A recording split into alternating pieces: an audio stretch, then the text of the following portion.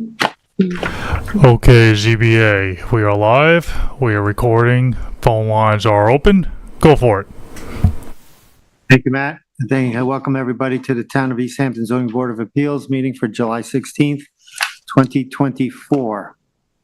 We have some scheduled public hearings this evening. I'll read the first one into the record.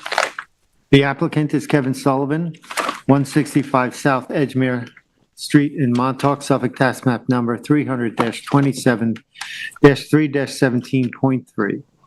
The size and location is 30,089 square feet at 165 South Edgemere Street in Montauk. The description is to construct 356 square feet of first and second story additions, a swimming pool, and to allow 324 square feet of decking and a post and rail fence to remain on a parcel of land containing freshwater wetlands and surface waters. The relief sought is a natural resources special permit pursuant to 255-420 of the Town Code, variances from 255-430, minimum wetland setbacks, and any other relief necessary. Variances of 82.6 feet and 32 feet are required to allow the additions and swimming pool to be constructed 17.4 feet and 68 feet respectively from wetlands, and variances of 81.1 feet and 85.6 feet are required to allow the decking and post and rail fence to remain 18.9 feet and 14.4 feet respectively from wetlands where a 100-foot setback is required. The zoning district is B residence zone, X flood zone, and the secret class is type 2. And council, do we have proper affidavit of service and posting? Not yet. Not yet.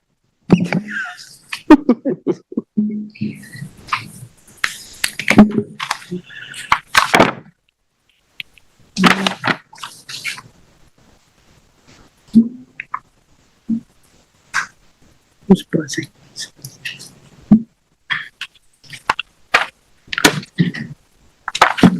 We have an affidavit of service and posting. I reviewed it. Everything appears to be in order and the board has jurisdiction. Thank you. Over this. Member Berger has done the report, so we'll turn it over to her. Okay, this hearing was originally scheduled previously and had gotten postponed. So I did not take new photos from the last time. I just did get the new posting that was out here for July 16th. So that was properly posted. Next, Brian.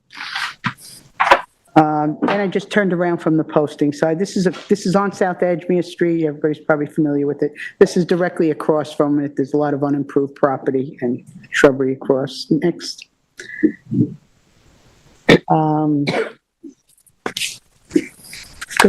Go back one. Did you skip one or? No, this is. Okay, so this is the entranceway, the parking area. What are you doing? Okay, next. Then I turn toward the south. This is the area on the survey where the pool is. The septic is going to go toward this part of the house, and then the pool also closer in the direction of the water.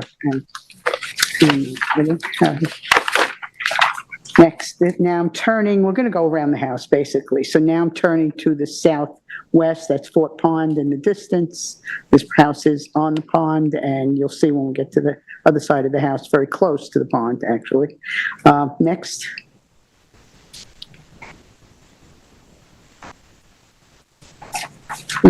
Okay. I'm not sure. Well, I think I'm still going in the same direction here. I'm not sure that, I don't remember going through. There was a gate. Yeah, that was the gate. The door, but okay, I guess that was the gate. And so I'm still going toward Fort Pond here. I'm going to go through there. Next. It's another shot from slightly different location. Now, I believe I'm inside the gate. I'm not quite sure what that property. Next. This is a shot looking south. You can see where the pond comes in, and same general direction though, toward the end. And next. Okay, this was on the survey. You can see there's a rack, a kayak rack that's mentioned in the thing and on the survey. So I did get a shot of that. And that's pretty much the most southern portion of this property. Now we're going to head north. Next. This is a shot from the general south area there. I just turned around. You can see Fort Ponds now on the left, and you can see the house in the distance. Next. This is just a shot as I was walking up there of the drop off from into the pond from the end of the property, and the distance and just some of the shrubbery there. Next. And I'm continuing to walk to the north, and that fence there's an indication of concrete steps going down there. You can see kind of in the corner, it looks like a little gate. So this is the west side of the property, and then in this area, the north side of the property also. I surveyed. Oh, there it is. Next. Now I've walked toward the northern end of the house. You can see the shower on the survey. And now I'm facing in an easterly direction, and I'm going to continue walking toward the east and the north. Next. And that's just a little farther over. It just shows the rest of the expanse toward the north from where the location of the shower is. And you can see how the property curves around on the survey. We're going to continue in that direction. Next. And this is the side of the front house. And this is getting to the area where the proposed first and second story addition is proposed to go, in that portion. Next. Now this is, actually these may be the concrete steps. I actually did get a closer shot of them that are in that northwesterly corner of the property. Next. Some more shots here, just of more of the shrubbery and how close to the pond. I'm in that area where it kind of delves in there, curves in. Next.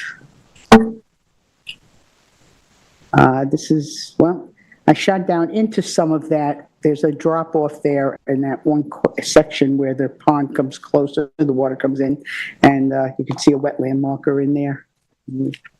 Next. Okay, now this is across the front of the house. Again, just a better view of where the proposed first and second story additions are proposed to go. And the second story addition above the existing porch, also the covered porch. Next.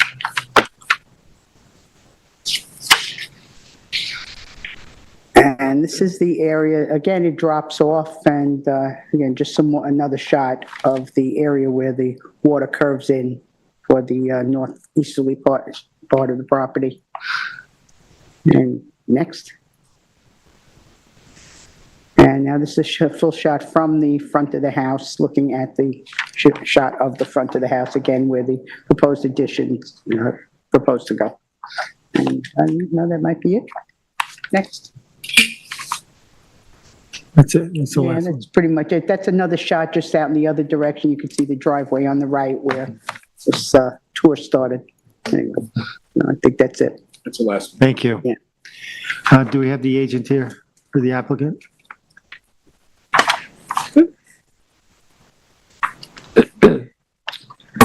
Good evening, Chairman, board members. My name is Jackie Morley from Toomey, Latham, Shea, Kelly, Duman, and Cordero, Riverhead. I'm here on behalf of Kevin Sullivan, the owner of 165 South Edgemere Street in Montauk. If it's okay, I just want to talk a little to the history of the project and our submissions, and then the background of the property. Initially, when we applied, our proposal included the enclosure of the existing front porch, and the second story addition is shown in the photos you just walked through. All of which are occurring within the existing footprint of the structure. Additionally, there was a proposal of the abandonment of the existing sanitary system, which is located in the middle of the property, as you can see on the survey up there. And then the installation of a new IA OWTS system in its place, as well as the addition of a 15-foot by 24-foot gunite pool, and the removal of the concrete slab that was shown in the middle of the photos too. Ms. Morley, could you just hold? the Sorry, I'm mic just a gonna little closer? move it over. Sorry, and I Thank you. apologize. I have a little bit of a cold. So, Just to talk about the property, as you can see from the photos, it's located it's surrounded on two sides by Fort Pond and has flag wetlands that encircle much of the property, adding to the constraints for any development on this property. Those wetlands were most recently flagged and verified on February 2nd in 2023. Because of the location of the wetlands, we've also applied, of course, for an NRSP. When we initially applied in August 2022, for what I had just referenced, and following the receipt of the town's review, we were simultaneously working with the county and DEC for our own applications there. We resubmitted an amended application in August of last year.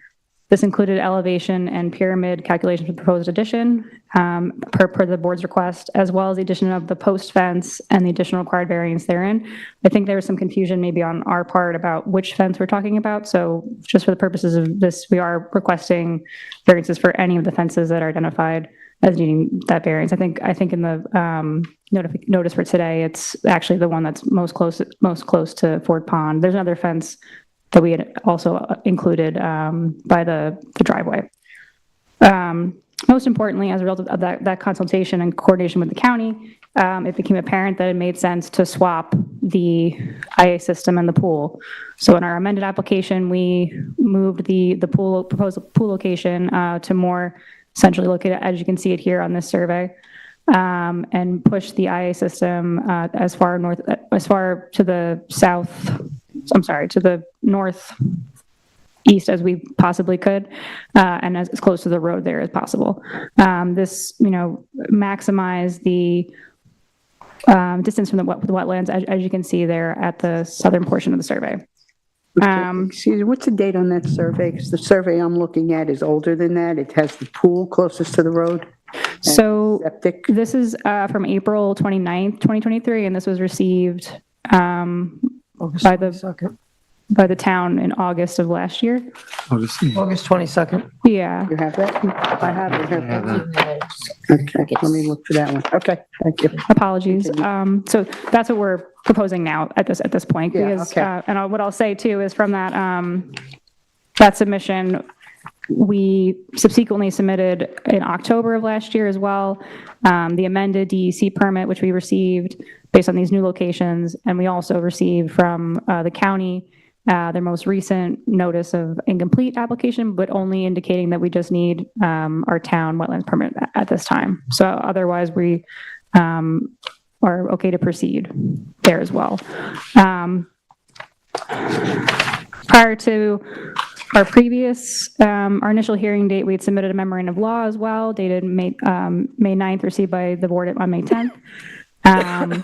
We had initially adjourned in an effort to try to work through a proposed revegetation plan, and then that's why we are here now. And then of course we had to renotice because we hadn't opened the hearing yet. That's why there were the two notices. And as I indicated to town attorney, we had received some mailing back from that, and then again subsequent mailing from the next posting. So just to cover a little bit of what we're looking at here, the proposed addition is all occurring, as you can see from the plans that were submitted initially in 2022, all occurring within the existing footprint of the property. It really is just enclosing the existing porch, adding a minor addition above that, and maintaining the rest of the structure as it is. That dwelling has been there since before the enactment of zoning. And when our clients purchased it in 2015, their plans to renovate it are not very extensive and are really just to add that additional living space, that minor area. Those are you saw in the photos. And I believe we also submitted photos with our memorandum of law as well, showing that area too. As for the removal of the concrete slab, it's kind of self-explanatory. It's just to get it out of where it is. You can see it's kind of in the middle of the lawn there, but it is located, I believe, 39 feet from the setback, so it required also a variance for that removal. As we noted in our memorandum of law, these proposed changes to the dwelling and also the relocation of of course, actually the abandonment of the existing sanitary system and the upgrade to the new system are really very beneficial to this property, as it is so closely located to these wetlands that you see on the survey.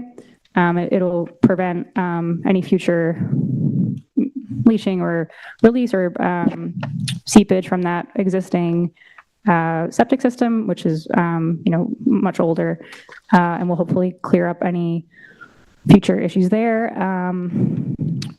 It really, I believe, as we've put considerable effort into placing it as far away from everything as we possibly can. It really is as far from Fort Pond, I think, as is feasible with the location of the road and where the current driveway is. Even so, I think if it was moved even further north, it would still be closer to the wetlands on the other side of the property. We were in discussions even as early as most recently as before this hearing today with Brian Frank regarding a possible re-veg plan that we proposed. I did not submit it to the board yet as we were just talking about it. So just to say that the client and the applicant is willing and open to some form of revegetation plan. As was indicated in our memorandum, I believe it was also indicated in the TAM, this property does have grandfathered clearing at 100%, that we are, of course, aware of our location in the H-pod and would hope to decrease that clearing as a form of mitigation for these proposals. As I indicated already, we are,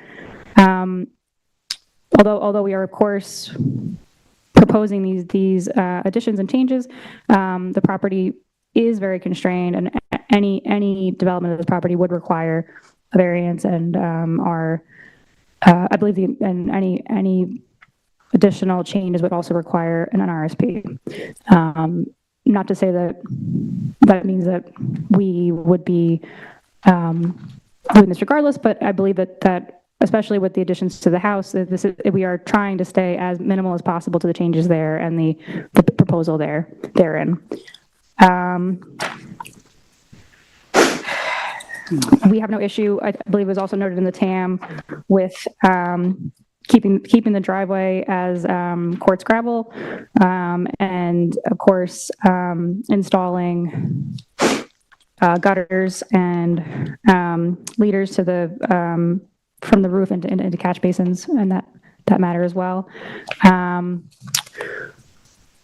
The proposed location of the pool, I believe, is also located as close to the sanitary system as possible and as far from the wetlands as also possible, given the location of those wetlands as well. This property is also uniquely located in that the property next to it is town land, not currently improved, and the other properties across the street are a significant distance away. There's also significant buffering and plantings along along the street, and anything in that area that we saw in the pictures would be very well screened from the other properties across the street. At this time, if there are any questions, I would be happy to answer them. Go for it. Okay. Because this is an HPOD district, and the clearing permitted is 10,000, and on this particular site, the existing now is 22,425. Now, you referenced you haven't submitted a re-veg yet. We have not. Are you willing to, how much are you willing to revegetate and where in terms of mitigation for what you're requesting?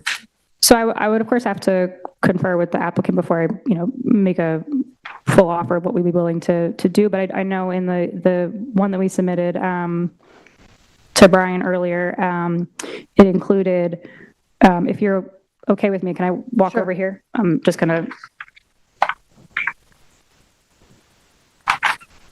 Generally around here. Part of it's here.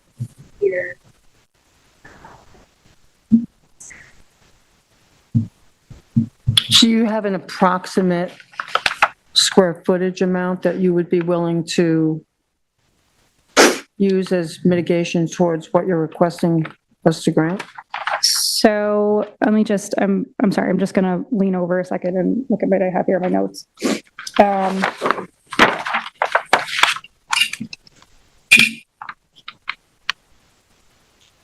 Yes. I don't have the, no, I have the I believe it's about 5,800 square feet, 100 square feet? say, 5,800. Oh, 58. Yeah, sorry. We had submitted it to Brian a little while ago, and I apologize. I should have had a bigger blown up version of it. Yeah, because of what you request. And it's an H-pod, so that's always a Yep. concern. Absolutely. Here's that all the vegetation that you're suggesting basically is increasing the buffer to the wetlands. You Yes. were pointing at this going around, basically following the shoreline. We'll see the final, obviously, course. presentation. But from what you just showed us, it looked as if that's the discussion you've been having with Brian about moving and creating a better buffer, correct? Basically. Yes. Yes, more or less. And Brian had indicated today that some of it proposed by the septic system would have to be just grasses and that kind of thing, which we're of course okay with. Okay. Thank you. Okay, and the concrete slab to be removed is being removed. Did you say something different about that today? No, they just want it removed. You saw it, you were there, obviously. It's kind of just in the middle of the lawn. Yeah. What about the boat rack? The boat rack is movable. We weren't cited for it, so I don't know but we can of course include it as well. But I don't believe it's very firmly planted there. It could be moved, I guess. Can be moved.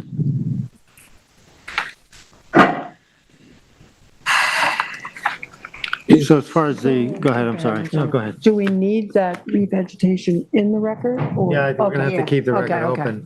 open for that. As far as the revegetation, obviously, we're gonna be looking for protection from Fort Pond in the greatest extent.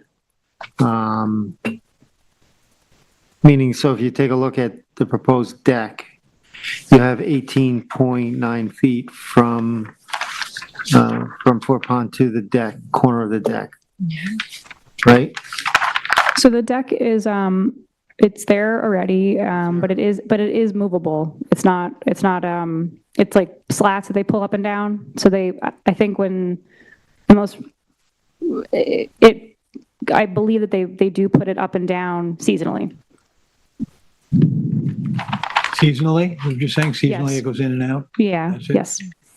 I'm sorry to interrupt the board. It doesn't seem like there's a good time to interrupt the board. What? I'm So my sorry. question, I'm sorry. for the buffer, Wait. Jameson would like to. Hang on. oh, I'm sorry. Sorry, there's no good time to interrupt you all, but I was made aware that we're going to lose power in this main meeting room, and we're going to be taken off of the Zoom and connect with LTV just from 6:55 for 6 minutes.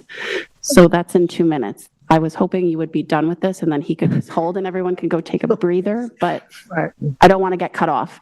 We were taken off of the grid and put on the generator today, and we're going back onto the grid. Okay, so it's gonna take a little while to get back up. Well, they're going to shut the feed down so we don't just lose it. 6:50. And then then we are going to lose power and then it's going to come back on. Wait till later to do All it? right, so they can't. basically my point there is, if I'm reading this, you have 18.9 feet to the corner of the deck. So the clearing, if you look, I'm thinking it's maybe 6 foot of cleared area from the edge of clearing to the deck.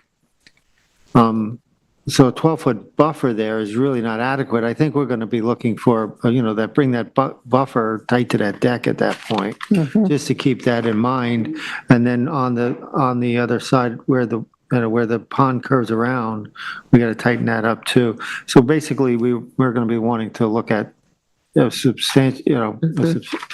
increasing that buffer to the greatest extent.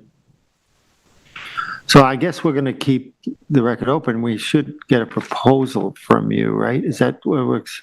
Sure, that's what we kind of expected because we hadn't had a chance to discuss.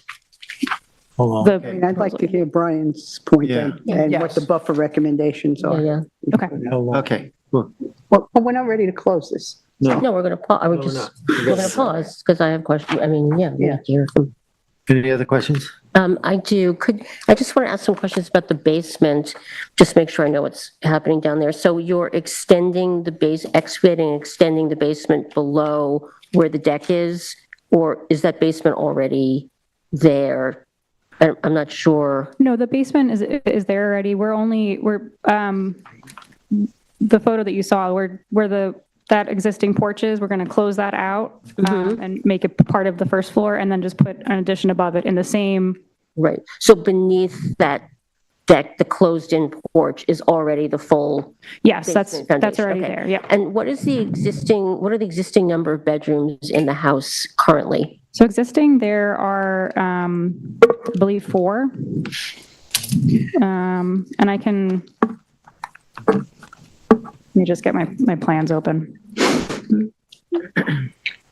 Nope, it's not that one.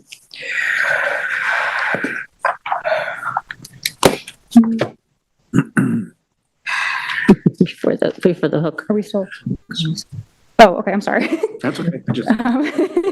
Okay, thank you. Right, so we have the 4 on that top floor.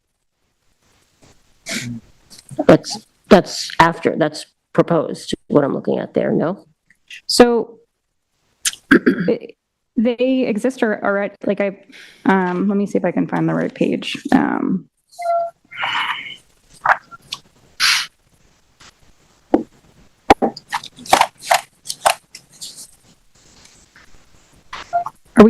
Is it still on right now? Or LTV, are we still on? Right now. Okay, I think the supervisor wanted you to just shut us down now so we don't lose it halfway, Right. Okay, so we should pause. midstream. All right, let's pause this. We'll be back in 10 minutes. Thank you, sorry. that's okay, I'm just gonna grab something from my. Go crazy, you have 4 minutes. Troublemaker. Spaceship.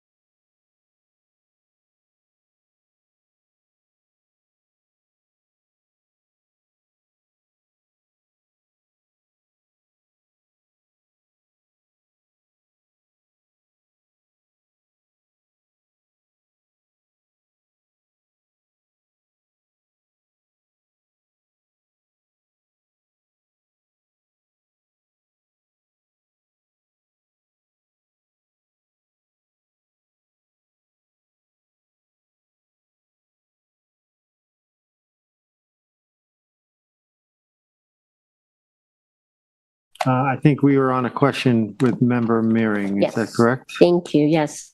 Yeah, so there are 4 currently. The proposed system will cover 5 bedrooms. I'm sorry, I couldn't hear. What? There are 4 bedrooms currently. The proposed new system will cover 5 bedrooms. I think The existing is, you have 4 bedrooms existing? Yes.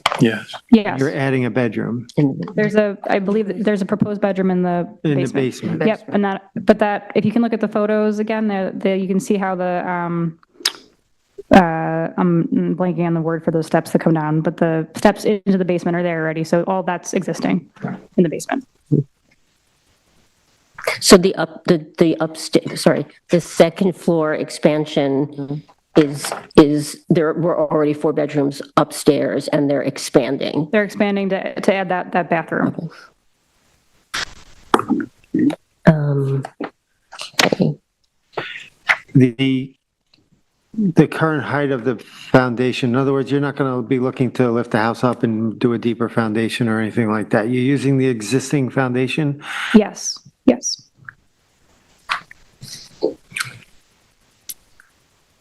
Well, first floor elevation stays the same. Yes. Yeah.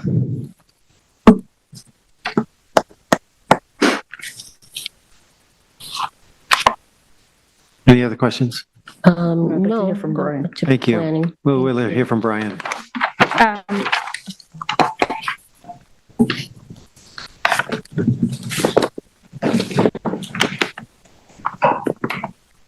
Good evening, Mr. Chairman, Brian. board members, Brian Frank, Planning Department. Brian, do you swear affirm to tell the truth, the whole truth, and nothing but the truth? I do. Thank So I'm going to just recap briefly. The property is located along the northeast shoreline of Fort Pond. It has an unusual shape, as you can see from the survey. It basically has a water frontage on 3 of its 4 sides. The existing house is about 1,800 square feet. And it does appear that it predates zoning. It shows up on the 1962 aerial photographs that we have of the town, and the earliest notation in the building department history is in the 1970s. The additions comprise a little over 300 square feet. They are numerically substantial, the variance, because of the house's location relative to the wetlands along the shoreline. They are within the footprint of the existing residence, and the disturbance appears to be pretty minimal.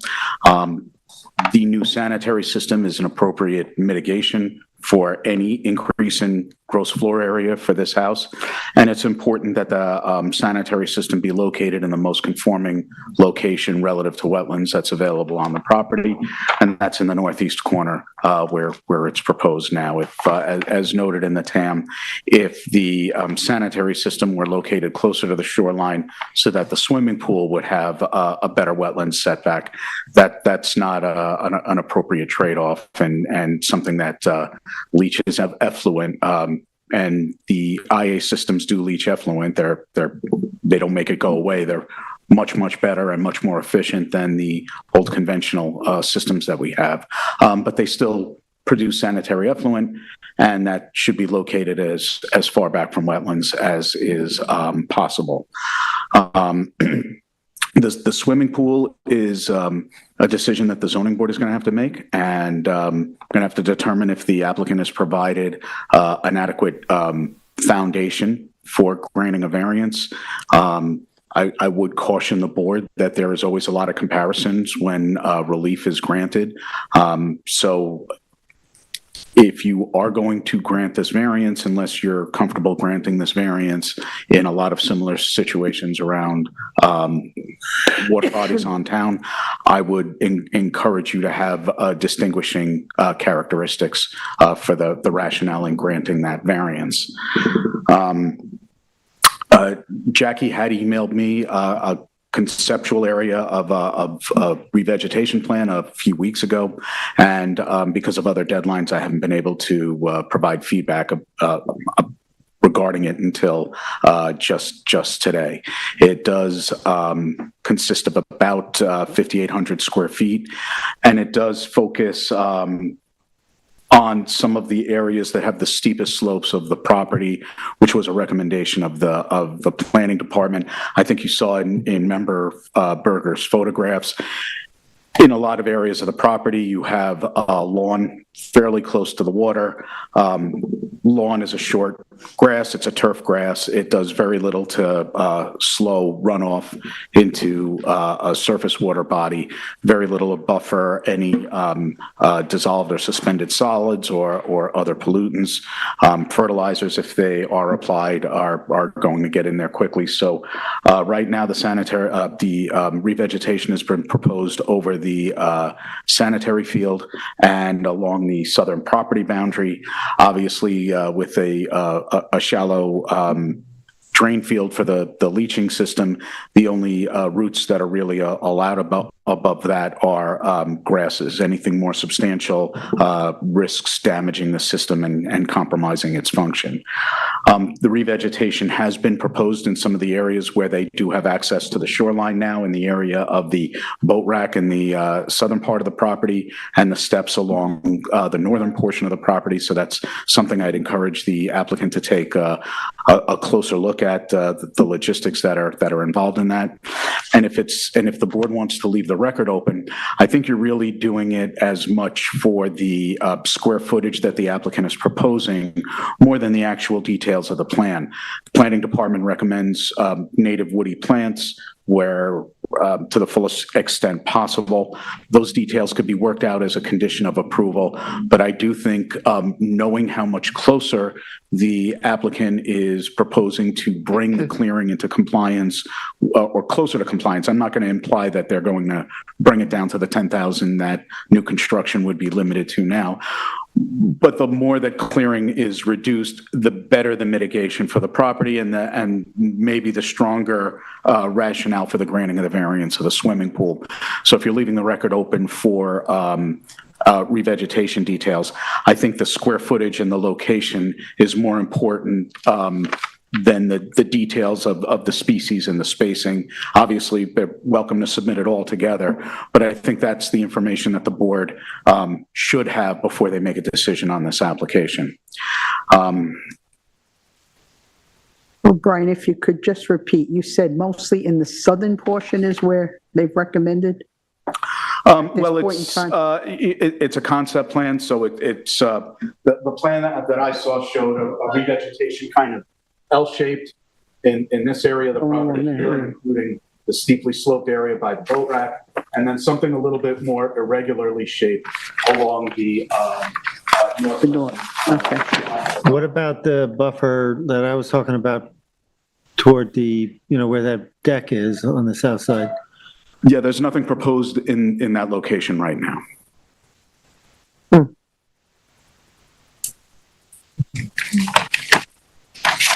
Oh, so when How you much of visit, a buffer, do you have a recommendation for a buffer amount of footage or? It's tricky on this property because of its shape. The more places on the property that can be brought into compliance, you're not going to bring it's unlikely that you're going to bring the property into compliance with the 10,000 square foot clearing restriction of HPOD. But the more areas of the property that could meet the town's 50-foot minimum, that is an increase in compliance that is noteworthy because it's a numerical code value. It's not a great one. 50-foot for vegetated buffer is a little bit archaic, but that is the value that we have in the code right now. I think you wouldn't want new clearing as close as 50 feet to Fort Pond if this were a vacant lot. But when you're going backwards and you're getting a buffer where one is lacking, then I think there's some reasonability to that, some rationale for that. So the more places that you could do that, the better. And if you can't do that, then the more that you can increase the square footage and just reduce the overall clearing, the better. Thank you. Okay. Any other questions? I'm good. All right. Anybody in this public would like to address this application? Thank you, Brian. Hey, Matt, anybody online? You have 0 callers. Thank you. Hey, Jacqueline, I have a couple more questions for you, maybe. We did kind of skip over a discussion about the pool. We were talking about the re-veg and stuff, but I think Brian and the TAM is correct in the sense that, you know, when it does come to a constrained property like this, looking at a pool, there should be some distinguishing characteristics to this property. Can you speak to how this swimming pool meets the NRSP standards? Sure, for the NRSP standards. So as I indicated in our memorandum from earlier this year, we've located the pool as best we can, to the greatest extent upland as possible from the natural resources, as we indicated, because of where the proposed septic is, and obviously the constraints there with the required minimum distance from the septic to the pool. I do not believe there is another location that the pool could go, just based off of where the northern portion of the wetlands are too. Like if you put it somewhere closer to the house, those wetlands are very close.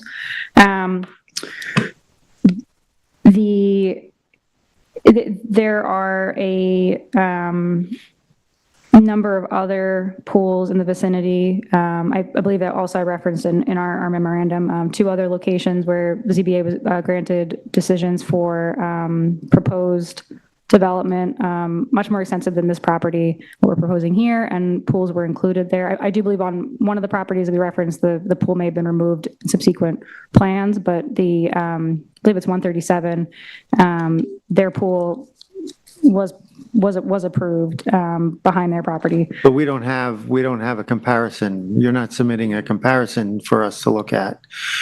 I think the issue is on properties, whether a swimming pool is warranted from an NRSP standard on a constrained lot. So not that the fact that there's one proposed, and that's one of the things we're going to look at. So it's one thing to say there are pools in the neighborhood, but we would, I think it would be appropriate if you submitted that and have us, so we can take a look at how that does compare. Like, once again, I think the issue is distinguishable. Is this? Sure. Does this meet the NRSP standards? Of course.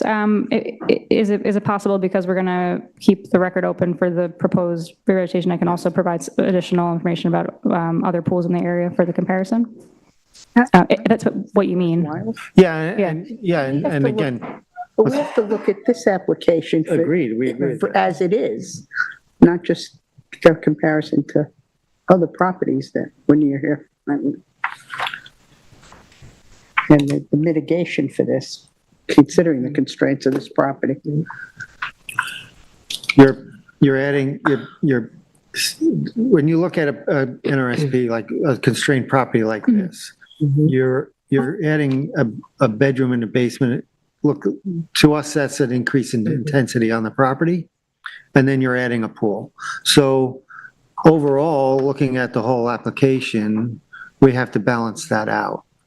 That's the question: is it balanced out? Is there an NRSP nexus for allowing the pool? And Mr. Chair, I just checked the CO, and it says that it's currently a 3-bedroom house. So I guess, are we adding 2 bedrooms, which gets to the intensity issue? That's the only reason I interrupted. So Understood. Okay. If possible, we would like to submit additional information about that, the next, obviously with the vegetation plan as How well. much time will you need? You know. I believe if we're able to speak now about not now, obviously, but close in time to today about the revegetation plan, I would ask for at least just a month to get that ironed out. Okay. Were there additional questions? I apologize. No, any other questions? I just want to reinforce what Brian said, and that is whenever we're dealing with a property like this, and this is a unique property, water on 3 sides, the buffer to the water is going to be key. And when you get back to us with the re-veg plan, that's something that we have no choice but to look at. You're looking for an NRSP on a very unique piece of property. So bear that in mind when you're submitting your new proposal for Of course. landscape. Thank you. Thank you. We appreciate the consideration. Thank you. thank you. So can we have a motion Okay. Leave the record open for. On the application of Kevin Make one more Sullivan. point. Hold on, Brian? Brian? Real quick, the memorandum of law submitted by Ms. Morley's firm did include two comparables Okay, so or we'll- two properties on Fort Pond. Both of them only required natural resources special permits. So they were redevelopments. There was some fairly extensive construction on both of them. But all the construction complied with the minimum setbacks for structures and sanitary systems. And I do think that's kind of an apples to oranges here. I do want to discourage too much just chasing after Agreed. cherry pick variances here and there. That comparison gets very laborious and time consumptive. And the issue is, how does this property meet the variant? And yes, it's relevant whether the board has done this in the past on other properties, but I would respectfully encourage the board to keep track of the question, which is, how does this application meet the variance standards? Not maybe what was done on, some other property on the other side of the pond, Great. years ago. I agree. That's all. Okay, but I assume it's still 30 days. Yes. Okay. All right, so the application of Kevin Sullivan at 165 South Edgemere Street in Montauk, tax map 300-027-03-17.3. Make a motion to close the public hearing, leave the written record open for 30 days until August 15th. Can we do the 13th because we have a meeting that night, August 13th? Why is that helpful? Okay, you want, Because if they need to request that it is left open longer, the board is not here to okay. either allow or disallow So- that request. I amend that motion to 30 days until August 13th of 2024. Second. I concur. I concur. Thank you. Thank you. Okay, so next we have the retreat on WNR LLC at 544 Wainscott Northwest Road in Wainscott, Suffolk Tax Map number 300-155-2-13. Size and location is 54,564 square feet at 544 Wainscott Northwest Road, Carver, and Plymouth Sands, 3 to 15% slopes in Wainscott. The description is an appeal of the building inspector's determination dated July 3rd, 2023 concerning sections 255-3, 65E1 of the town code, or alternatively to allow the property to remain 8,032 square feet beyond the clearing limits established in the water recharge overlay district. The relief sought is an appeal of the building inspector's determination dated July 3rd concerning sections 255-36, 365E1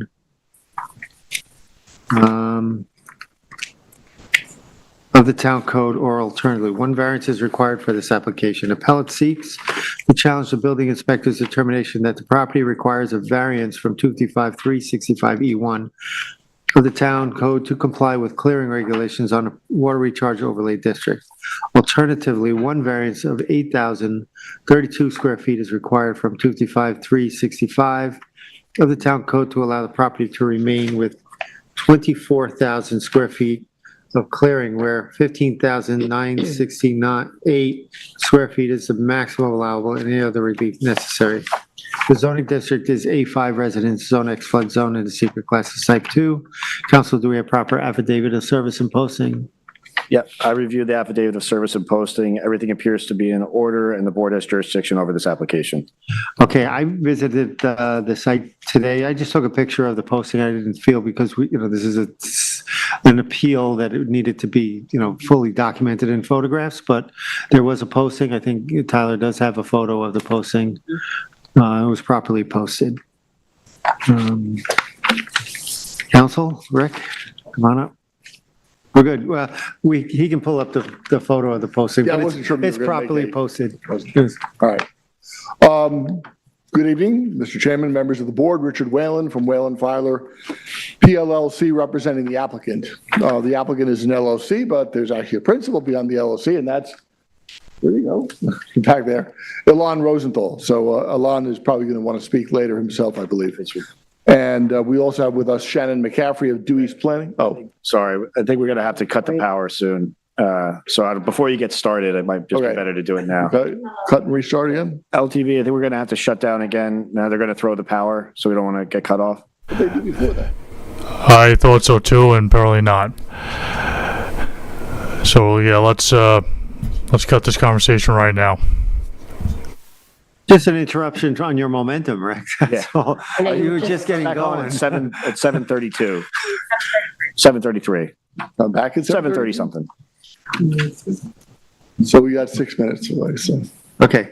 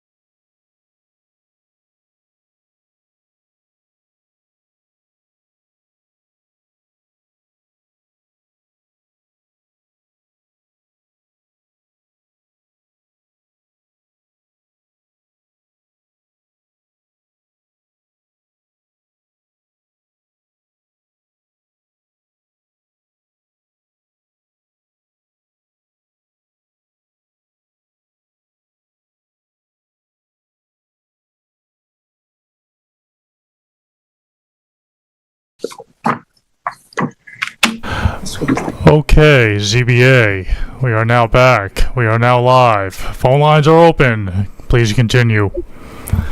Come on up, Rick. I'll just start from the beginning. It's easier that way. Richard Whalen from Whalen Fowler PLLC represent the applicant. An applicant is an LLC, but Alon Rosenthal, who's the true owner, is here today. And also with us, in case you have any questions about the revegetation plan, is Shannon McCaffrey of Dewey's Planning. She did the reveg plan. So the nature of the application, as you understand from reading the hearing notice, is both an appeal from the building inspector's determination. He made a note on his July 3rd, 2023 building permit, and in the alternative, a request for a clearing variance. So the background of the application is basic history of the application. So the property in question was created by a minor subdivision in 1977. Planning board approved minor subdivision in October of 1977, 2 roughly 1 acre lots. The property was put in the water recharge overlay district when that district was created with the adoption of the modern zoning code in December 1984, and the map that went with it. That created the water recharge overlay district. Subsequent to that, in 1986, the then owners of the property, Richard Spitter and Joanne Botta, obtained a building permit. This is in 1986 for a 1-story home, pool, attached garage, and decking. And basically, those are the improvements until the recent work that Alon did under the building permit issued last year. That's basically what's there today. The house is still there. The pool, Alon is redoing it. The garage is still there, an attached garage. In 1987, in December or November 1987, the building department issued a C of O to Schmitter and Botta once they had completed all the work they had done within a year. That survey did not show any clearing, did not show a clearing line, did not show a clearing calculation. The property changed hands. In fact, Alon has told me that this property has apparently changed hands about 7 times since it was created up until his purchase. So in 1990, the owner at that time was Charles Ettinger, and he got a building permit for a attached greenhouse, called the greenhouse, attached to the building. That was obtained, then the C of O was issued when that was completed in July of 1992. Again, the survey didn't show clearing. Now, when the building department issues a C of O on a survey that doesn't have clearing, it's like ignoring what the front yard setback was. Clearing is as much a part of zoning as your yard setbacks, your permit law, and everything else. But until well into the 2000s, the building department was very, very laissez-faire about maintaining compliance with clearing. So there were also subsequent to that time in 2016, 2018, 2020, there were rental registry permits. Theoretically, those are based on the premise that the property is in compliance with zoning. Alon, through his LLC, did not buy the property until September 2021. So at the time that he purchased the property, he did a title survey for the purchase, and that was done by an Up Island surveyor named Christopher Henn, and that survey showed 25,625 square feet of clearing. Just for the record, I should note that allowed clearing on the lot based on its size under zoning is 15,000, I think it's 15,000, hope I have it here. It's a little under 16,000, it's 15,982, something like that. So a little under 16,000 would be the nominally allowed clearing. 68. 968, 15,968, thank you. So after buying the property, Alon began to do interior renovations. He did get a building permit for that. So a stop work order was issued in March of 2023 for the interior renovations. The building department said, you're taking down structural walls, you need a building permit. The town did bring a justice court action, and in part they accused him of overclearing. That action was settled with an adjournment and contemplation of dismissal. The matter is fully resolved, and to my understanding, Alon did not pay any fines. There was a meeting then. Now, at that point, our office had not yet been engaged to represent Alon, but there was a meeting in June of last year, June 28th, with representatives from the town attorney's office, natural resource department. Shannon McCaffrey was at that meeting. Alon obviously was at that meeting. That meeting resulted in a determination that the property, based on aerial photographs that were reviewed primarily by Mark Abramson, that the pre-existing clearing on the property from pre-existing going back to when the original construction was done in in 1987 through 1992 was at 24,000 square feet. So when they were not issuing C of Os, the clearing was already at 24,000 square feet, which was about 8,000 square feet above what the allowed clearing would be if the building department followed the rules. So that is the pre-existing clearing. I don't want to say grandfathered because it doesn't predate zoning, but it's the clearing that the Natural Resource Department has recognized in a memo that you have as the clearing that existed at the time that the two C of Os, certainly by the time the second C of O was issued, but probably by the time the first C of O was issued, which would be 1987. So that is, the basis of our appeal is that the building department issued two C of Os. That was the clearing at the time. That now is the accepted clearing because they issued C of Os. We bought the property basically in reliance upon those C of Os. And that's the essence of the appeal, that, we're actually entitled to keep that figure today. And there is a Natural Resource Department memo that accepts that as the clearing figure. Now, that's obviously what we would prefer. And we think that we're entitled to 24,000 square feet of clearing. We did ask in the alternative for a variance, a clearing variance. So I will get into that. And the variance we asked for was the 24,000 square feet. But as you know from the letter I submitted last week, we have actually offered and proposed to do additional revegetation. That would bring the clearing number down to 20,100 square feet. So basically halfway between where we are quote unquote grandfathered and what the allowed clearing on the property would be. And it also brings clearing almost certainly to below the clearing on this property since it was first improved in 1986, 1987. So you have that revegetation plan. I do want to mention. Instead of 8,000 square feet, you're proposing 5,000 something. Is that correct? We're proposing 20, well, if you accept the revegetation, additional revegetation, we would be at 20,100 square feet. That's about roughly midway between the 15,968 or so, 16,000, and the 24,000 that the Natural Resource Department acknowledges to be the pre-existing clearing. I do want to point out that Alon has done some other things here to hope to improve recharge, and they're spelled out in the letter that you got from L.K. McLean Associates. Crushed stone driveway, the blue stone patio around the pool, designed to maximize drainage, roof gutters and leaders. There are 4 separate dry wells on the property. Want to make it clear, I'm not in any way claiming that improving the recharge that way is equivalent to having natural forest. I'm not making that point at all. I'm not saying they're equivalent. I'm just saying Alon he's trying to go above and beyond as much as he could to kind of maximize the amount of water that makes it down into the aquifer. So if we get into the variance issue there, we did submit to the record 5 different determinations of this board. I submitted a 6th one on last week, which is Christopher Flanagan, one that our office was involved in.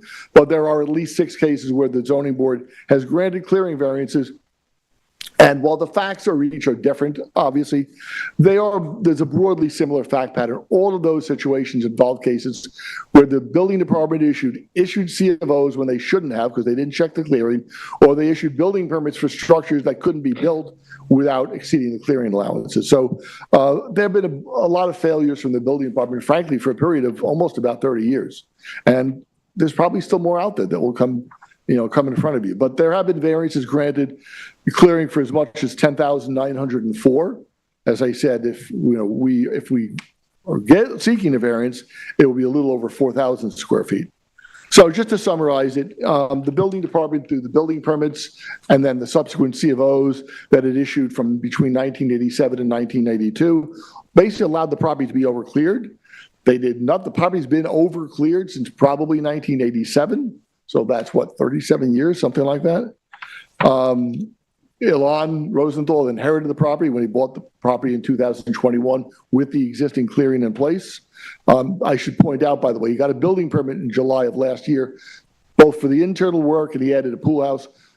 Any of the work that he's done is within the pre-existing cleared area. That's why the building permit was issued last year. That building permit, we believe, was correctly issued. So that's where we are. Obviously, we would appreciate if the board agreed with the appeal and basically accepted the existing 24,000 square feet of clearing. In the alternative, we would seek a variance that would result in 20,100 square feet of clearing. Question regarding, the determination was dated July 3rd, 2023. When did you file the appeal? I'm not sure if we were involved in that. Presumably with them, I presume it was. Was it in the 60 days? Yeah. I'd have to go back to, well, I have the original submission Have here. that in here somewhere? Should be able to tell you that. August. Was it August? Yeah, August. End of August. August of 2000, so within 60 days. Okay. Assume that's in this file of papers. I'll accept that as Okay, correct. going back, you mentioned a memo from Mark Abramson that states the amount of the pre-existing clearing. What's the date of that memo? That is June 29th, 2023. It attaches a plan done by Dewey's Planning showing the 24,000 square feet of clearing. I'm looking at that. I don't see when That's an important document, so you definitely want to find that in your file. vegetate. Looking for it here. It's among these documents. So this was agreed upon? That was agreed upon. There were representatives from the town attorney's office there. Obviously, I believe Kim Shaw was there as well as Mark Abramson. So I'm missing a point here. If this is prior to the determination, June 29th, July 3rd, if this was an agreed upon document, an important document, then you agreed to the fact that there would have to be legalized by the zoning board of appeals. Why? We didn't, so we didn't, the applicant Why didn't would agree the to that. appeal be valid then? Sorry? My question is, why would the appeal have been valid, or why file an appeal when an agreement was made to these terms? Right, so our position is that the agreement accepted the prior C of Os as, they accepted that 24,000 square feet of clearing had existed when those C of Os were issued. So if that's the case, then the applicant shouldn't have to go on any further. The building department then, several days after that meeting, issued the building permit. Which is consistent with this letter. Yeah, but the letter, see, let me find this letter here. So we have to make a ruling on the appeal, right? So. Right. Where is Mark's? Come on. You want the application? So the basis of your complaint is you're saying because COs were issued incorrectly, this board should grant an They were issued in, we know they were issued 8,032 square incorrectly. foot- Let me finish. Sorry. Good variance. When we're trying to protect the town's sole source aquifer, and the ones that you submitted to this board, the examples are very low in what the board granted. They're not near 1,000 square feet. The examples, there's one of Examples you over gave, 7,000, one of 11,000. 2,888. I don't think that's comparable to 8,032 square foot clearing variance in a water recharge overlay district. So my point is, is your point that because COs were issued in error, that this board should approve this? Should accept them. That's our initial point, yes, that you should accept those C of Os. So the actual thing we'd be appealing from, so you're correct that Mark Abramson's memo refers to, well, the zoning board should Right. legalize that. The decision, though, that to be appealable, the decision has to come from the building inspector. So when he put the notation on his building permit a few days later, that's the thing that we would be appealing from. So we think that accepting the 24,000 square feet, that basically grandfathered back to 1987 or 1992, and that should stand. But we're offering you an alternative. This 24,000, approximately 24,000 feet of clearing, it's been consistently, that's a number that's consistently followed through since 1992. And That was what Mark Abramson determined by looking at aerial photographs. the aerial photos that we have on the record now, Right. they all reinforce that number of about 24,000 feet. That's right. Over a 30-something. And now, again, I wasn't at the meeting of June 28th, 2023, but that was the consensus. That's what Mark had put into his memo. That 24,000 square feet was accepted as, that appears to be you know. All of these things are all, you know, it's all a bit of judgment, because even when you have a surveyor go out to survey clearing, it's not like you're surveying a wall. You know, you send 2 surveyors out, they're going to come back with a different clearing number. So there are approximate numbers, but that was the number that was settled on. I'm looking at Mark's letter of June 29, 2023 in the document. I don't see where he's saying 24,000 square feet is pre-existing. Why am I keep losing this? It says, I have accepted a something else? plan to Yeah. revegetate. So he says, I have accepted a plan to revegetate the above-mentioned parcel to a possibly previously approved amount of clearing. What plan is he referring to? And that plan was attached, and it is attached that we gave you. It is a plan, Right here, it's attached. yeah, it is But attached, it and that's still what he was doesn't say the referring amount to. of clearing. It's dated, and it has the same date, June 28th, 2023, same date as the memo. It's a due east plan, labeled Planting Plan PL 001. Area to be revegetated, 3,227 square feet. So it did involve some revegetation to bring the number back to 24,000. To 24,000. I'm not sure where the 24,000 came from. That number is it's on the plan, it's on here somewhere. That's It's at the plan very you're talking top, about? clearing calculations. Very, very top on the upper right, permitted clearing, pre-existing non-conforming clearing equals 24,000 square feet. That was after revegetating 3,227 square feet. So what this plan is saying, they're going to revegetate over 3,000 square feet to bring it into the clear. He's already done some of the revegetation. He's already done some of the But you're revegetation. proposing to bring that down to 20,100, is If that? you grant us a variance instead of granting the appeal. Is that? If you grant the appeal, then we would be happy to take 24,000 square feet. Get it. And is the application of the appeal that August dated, is that in here, in this file? So much paper here. That was timely, so that was within 60 days of the July 3rd building permit. And give me that August date again? August 29th was on the 29th? application. Okay. Thank you, Tyler. Rick, with the most, oh, I'm sorry. Just, No, you're- I'm looking at the survey, September 1, 2023. Is that, just double checking that that's what we should be working off of? No, the very latest survey is July the 9th. Oh, okay. Hold on, hold on, I have it right here. It's okay, bear in mind, you have 2 different things that are sort of the same. You have a due east planting plan, which I think is dated July 10th, 2024. You know, they're both very new. How is that? Oh, I see. But they're both easy, but the L.K. McLean Associates survey is color coded, so I tend to refer to this. It's a little easier. There's more detail on the they show the actual planting, regimen. But this is dated July 9th, 2024. So it's 1 week old. L.K. McLean. So it's And that not would the 2000 represent the 21,000. Yeah, this is. The 20,000 one. And this shows the clearing calculations. There's a table, let me make sure I'm in the right place. There's a zoning compliance table, and the last line shows with revegetation, 20,100 square feet. Okay. I'm sorry, I didn't see it in my It's on package. the, On that survey, could you take tell a- us what the total coverage of the lot is now? total coverage. Yes.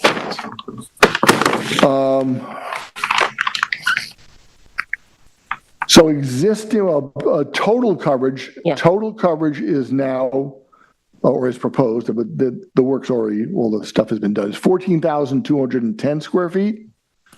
The maximum allowed is over 29,000. That's total lot coverage. Actually, let me see if you got the right number there. Is that, yeah, that's, they call it maximum lot coverage. I believe he's referring to, because he otherwise has building lot coverage. So it's maximum lot coverage. And this, We're at 29.8%. right. We'd be allowed 40%. And I just want to try, so the difference between what was the existing and the proposed, you're still reading that proposed number, was because of the work that's being done now covered in this building Right, there's some permit? work that's going on under the building permit. So coverage expanded, sorry, these numbers are tiny, a little over 4,000 feet, or almost A little over 3,000. A little over square feet. 3,000. Yeah, it went from 10,955 to 14,210.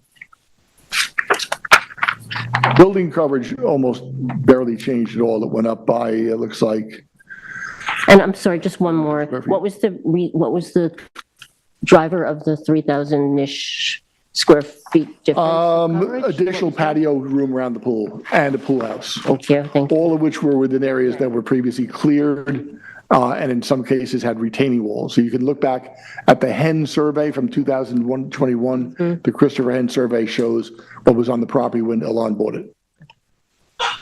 Thank you, Rick. Awesome. Any other questions? No. Go to the planning department. Tyler?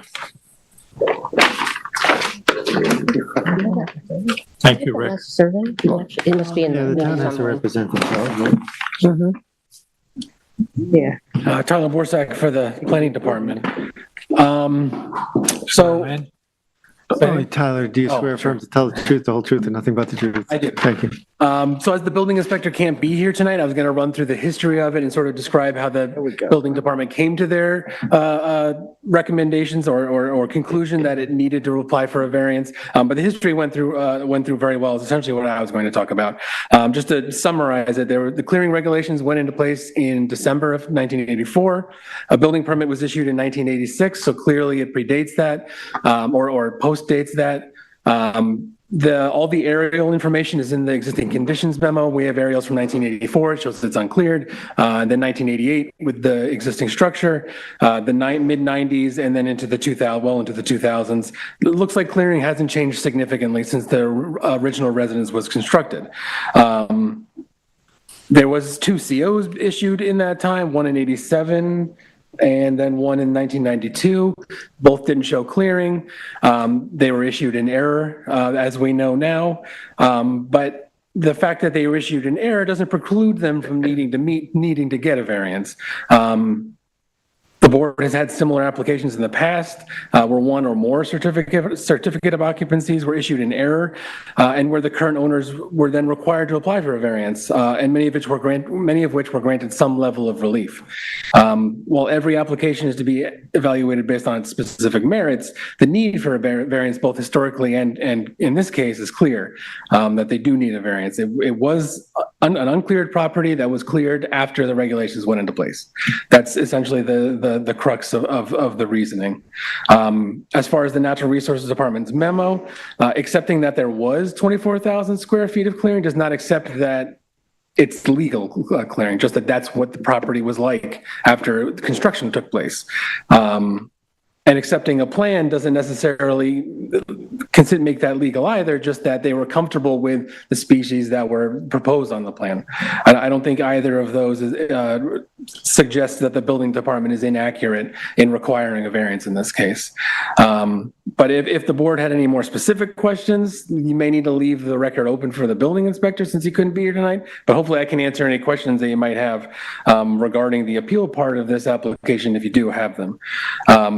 Moving on from there to the variance portion of the application is fairly straightforward.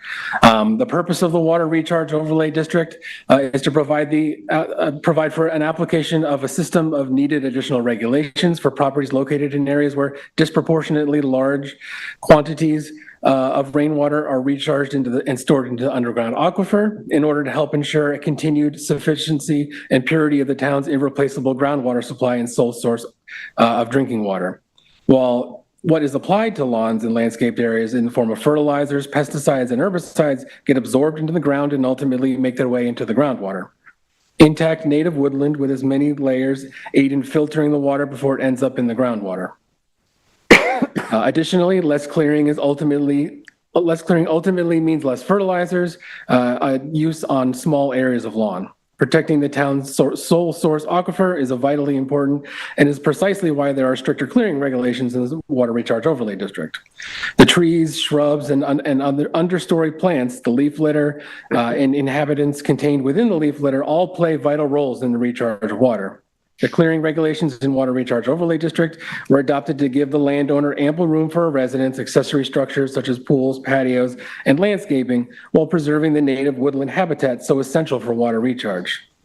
The importance of the water recharge overlay district is reflected in the town's type 1 action list found within chapter 128 of the town code, which requires that any variance to the clearing or fertilized turf restrictions set forth in the water recharge overlay district require full type 1 review under secret. The board will subsequently need to proceed with secret process and adopt the EAF type 1 and 2 as they see fit if the appeal is not upheld and they move forward with the variance. The planning department recommends and will continue to recommend in applications where a CO was issued in error or not, that properties be revegetated to the maximum extent possible and variances only be approved when the only option would be to demolish existing structures in order to revegetate. The applicants are proposing to revegetate a large portion of the unimproved cleared area aside from some lawn to the south of the residence and some areas around the edge of the existing structures. For this application, given the size of the existing improvements, which received certificates of occupancy, this does not appear to be sufficient area that could be revegetated in order to have the parcel conforming to the maximum clearing allowance. The planning department recommends that the board consider all the circumstances that led to the overclearing, as well as the potential to reduce those variances further. A high bar should be set for allowing clearing to exceed the maximum allow in this important area of town, which is vital to the protection of the sole source aquifer. A list of all the known historical clearing variances that the ZBA has made determinations on is listed in the assessment. I won't go through them line by line. Each one of those applications is unique in their history, their parcel size, the existing conditions. So comparing them is difficult and not very straightforward. Each application should ultimately be examined individually to help determine what the most appropriate action for each individual case would be. And other than that, I can answer any questions you might have. Any questions for Tyler? Well, there's all this discussion about coming back to 16,000 feet approximately from 24,000 feet. Right. But your note here that you just read through says that there's approximately 3,800 square feet that could be logically revegetated. Is that correct? Potentially, yeah. Potentially. And that's, I think that's a rough estimate. Right. Yeah. So that you're not, the planning department is not suggesting that we could get back to 16,000 feet. I don't think that'd be possible. No. Okay. Especially since leaving room around structures is generally what is generally acceptable. I think that even the coverage is 14,000. I think once you leave any sort of edge around that, it's going to be well over 16,000 by the time you're done. Okay, so this number basically that we think we could achieve is 20,100 feet if you take 3,800 from 24. There's a small amount of lawn area, but it's not a significant area that they're proposing to leave with the current proposed revegetation. Okay. I just want to make clear that it's not your position that we're going to be trying to achieve 16,000 square feet. No, I don't think it's possible. Okay. Yeah. Thank you. Any other questions? No. Okay, thank you. Rick, come on up. I know a lot wants to speak, but just with Richard Whalen again, with regard to what Member Yoann pointed out, the planning department memo does say that they believe an additional 3,800 square feet of revegetation could be done. And under the variance alternative, we did 3,900 square feet of re-veg. So we're in compliance with the memo.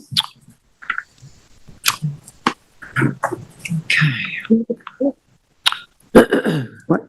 Hello, How are you? Announce yourself and my name is Alon Rosenthal. I'm the managing member of the Retreat on W1R LLC, the owner of this property. you an attorney? I'm not an attorney, no. So you want to swear or affirm to tell the truth, the whole truth, and nothing but the truth? Yes, I do. Thank you. Yes, I do. And I plan to tell you a little bit about me and a little about the property. I'm sorry I wrote a long letter. I'm sorry if I talk a lot. This has been the most stressful, dramatic thing for me, and you guys are my last hope. So thank you for listening to me and for hearing from me and from my lawyer and for really considering. And I'm sorry if I say a lot, but I have a lot to say. We do have your letter, so we have read that. Just you have? keep that in mind. Okay. So, all right, so please keep that in I will mind. mitigate it then. All right. Here's what I will tell you. I, like you guys, am a stickler for the law and for the code, and I care deeply for the environment. I purchased my house. I called it, because I love all the trees around it, I called it the Retreat because I like the trees. I was shocked when I found out it was in a water recharge overlay. I had no information about this. I thought I was buying a house. I was going to renovate it. I was going to make it environmentally friendly, and I was going to do the right thing by filing for a permit and doing energy efficient air conditioning system, windows, the septic, that's IAA, all of the right stuff.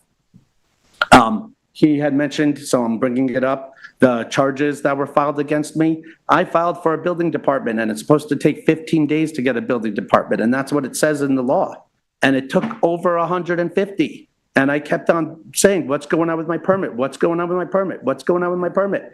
I had to make urgent repairs to the house, which I commenced.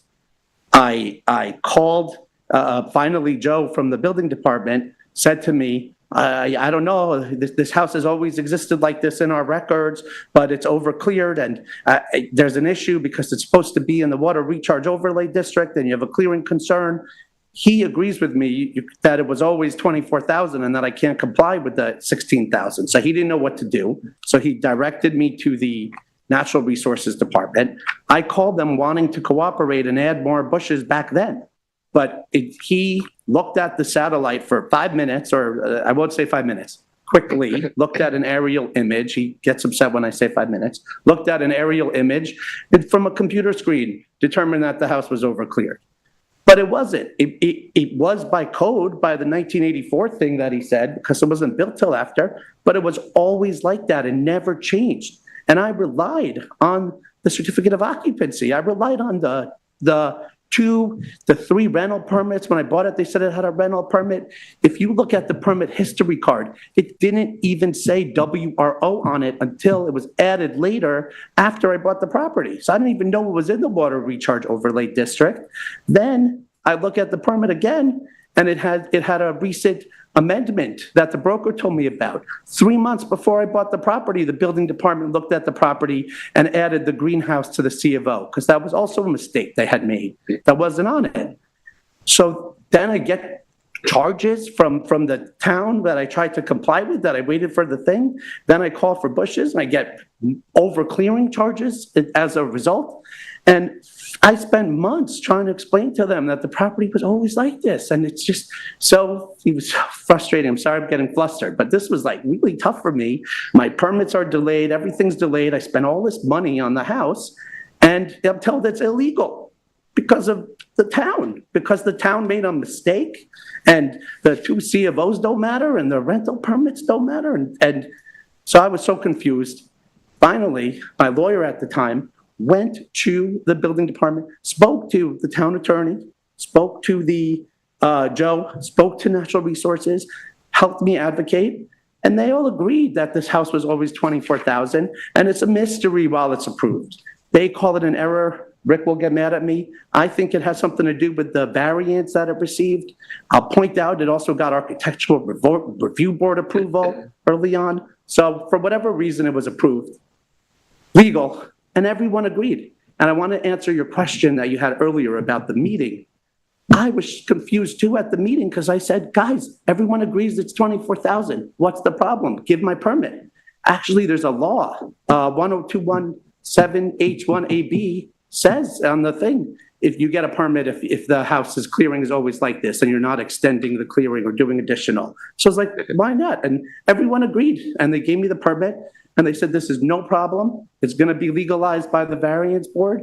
Just this is the mechanism. This is how we handle this when this happens. Go to the variance board. And I said, fine, but it shouldn't be like that. And that's why I made the appeal. A C of O should be considered sacrosanct.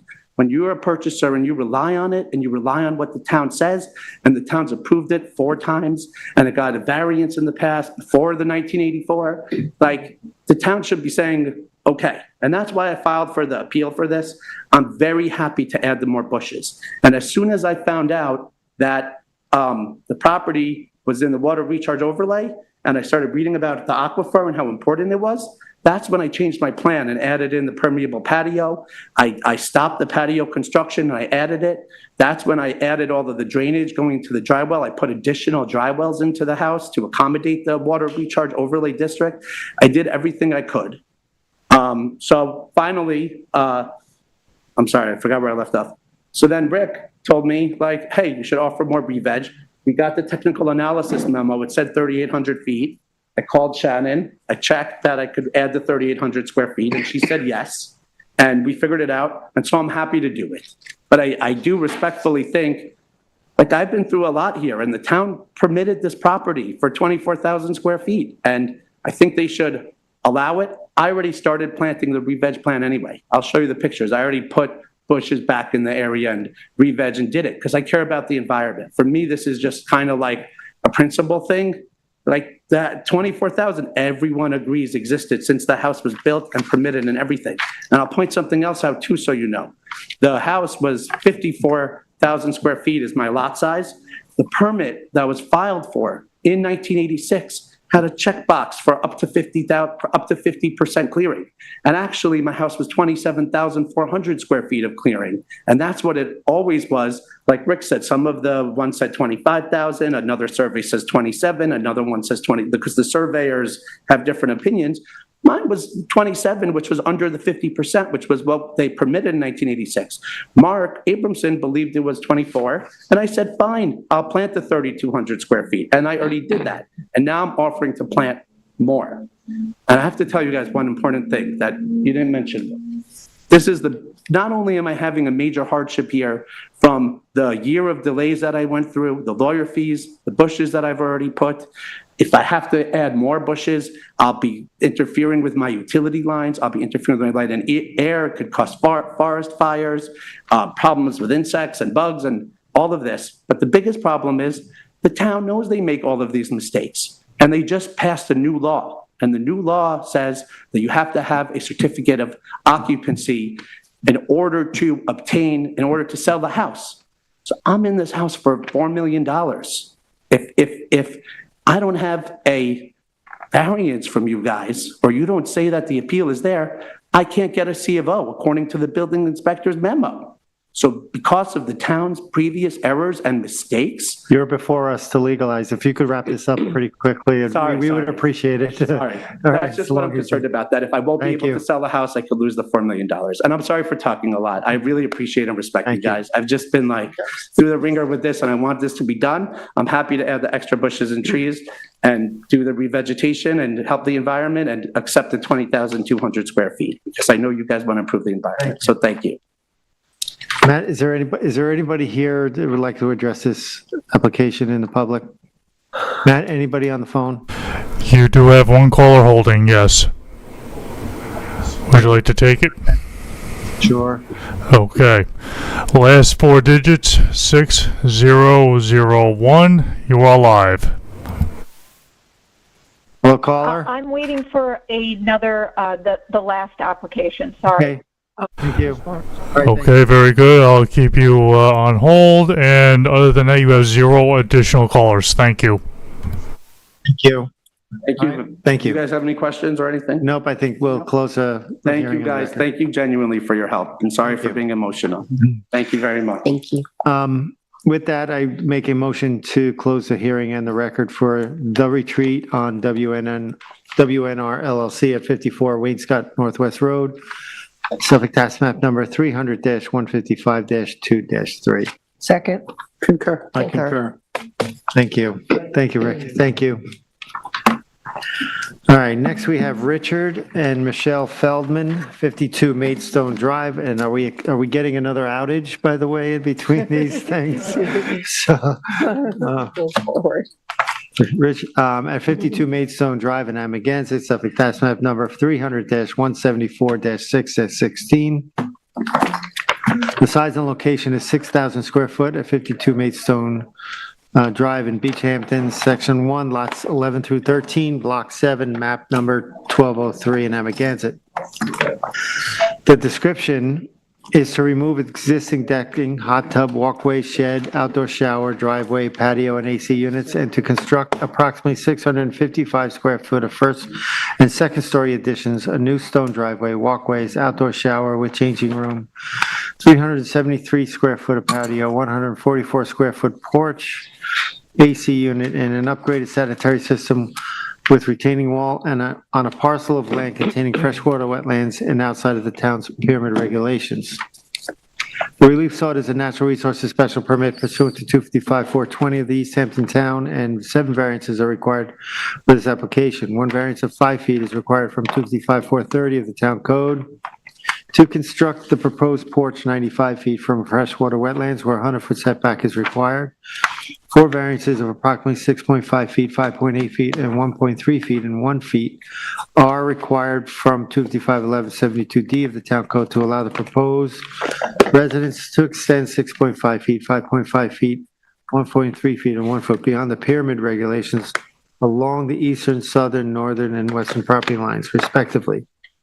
One variance of 1.5 feet is required from 255-1172C and 255-1110 of the Town Code to allow the residents to have a maximum height of 31.5 feet above grade, where 30 feet is the maximum allowable.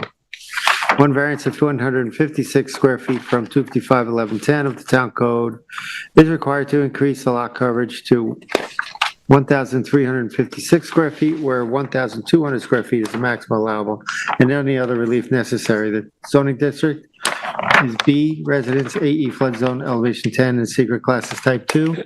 Council, do we have proper affidavit of service of posting? Yes, I've reviewed the affidavit of service of posting. Everything appears to be in order and the board has jurisdiction. Okay, thank you. This is in Member Mearing's Yes. territory. Yes, thank you. Gonna wait for the photos to come up. They are up. They're up on the other one. Tyler, you gotta share your screen. That's it.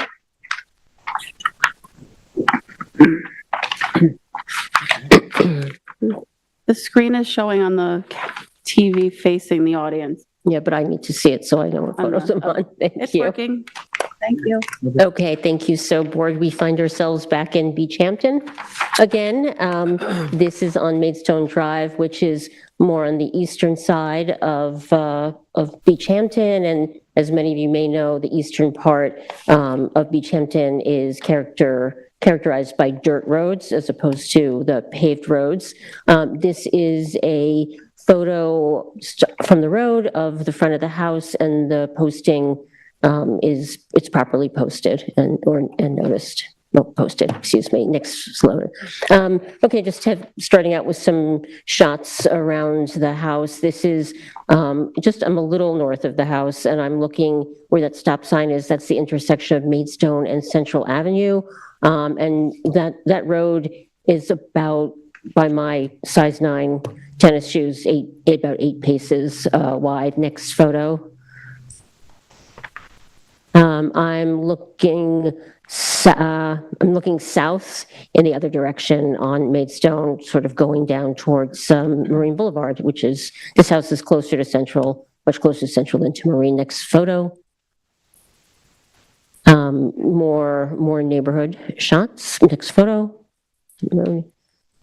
Okay, now I'm standing with my back to the house. I'm just looking right across the road to the neighbor's property. Next slide. And then on the right is the applicant's house, and just showing the house in relation to the direct neighbor to the south. Next slide. Just a full shot of the neighbor's house. Next slide.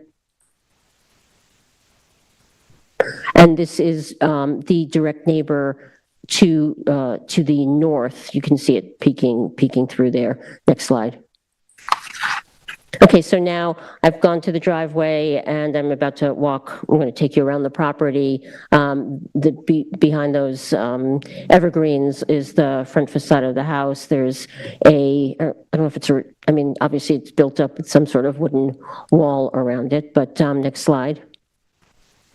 So that's the front facade of the house. You can't see the front door from here. It's over on the other side. Next slide. So now I'm starting to walk up the southern property line. I guess where those tall trees are, somewhere in there is the property line. And I'm going to be walking towards the back of the house. Next slide. We sort of blew by it, but there was up those steps was the outdoor shower, and then this is the deck that defines the rear of the property, and that's one of 2 sheds, I believe. I don't know if one of the sheds is going to be removed or both. I think both of them are going to be removed, but that's one of them. Next slide. Okay, so I'm starting to go around to the back or the west side. There's the other shed. You can see the back corner of the deck. Next slide. And now I've just turned around and I'm on the back of the property. That fence, I would imagine, is the property line. You can see another neighbor's house right there. And the shed, that was the shed we were looking at. Next slide. Again, this is a little further along the back of the house. That's the elevated deck. Next slide.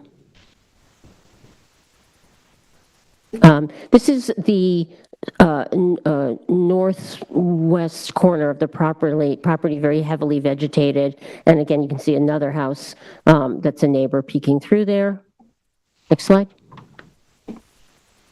And now I'm just starting to wrap around the northern side of the house. That's another neighbor. That's the direct neighbor to the north, the vegetation. Next slide.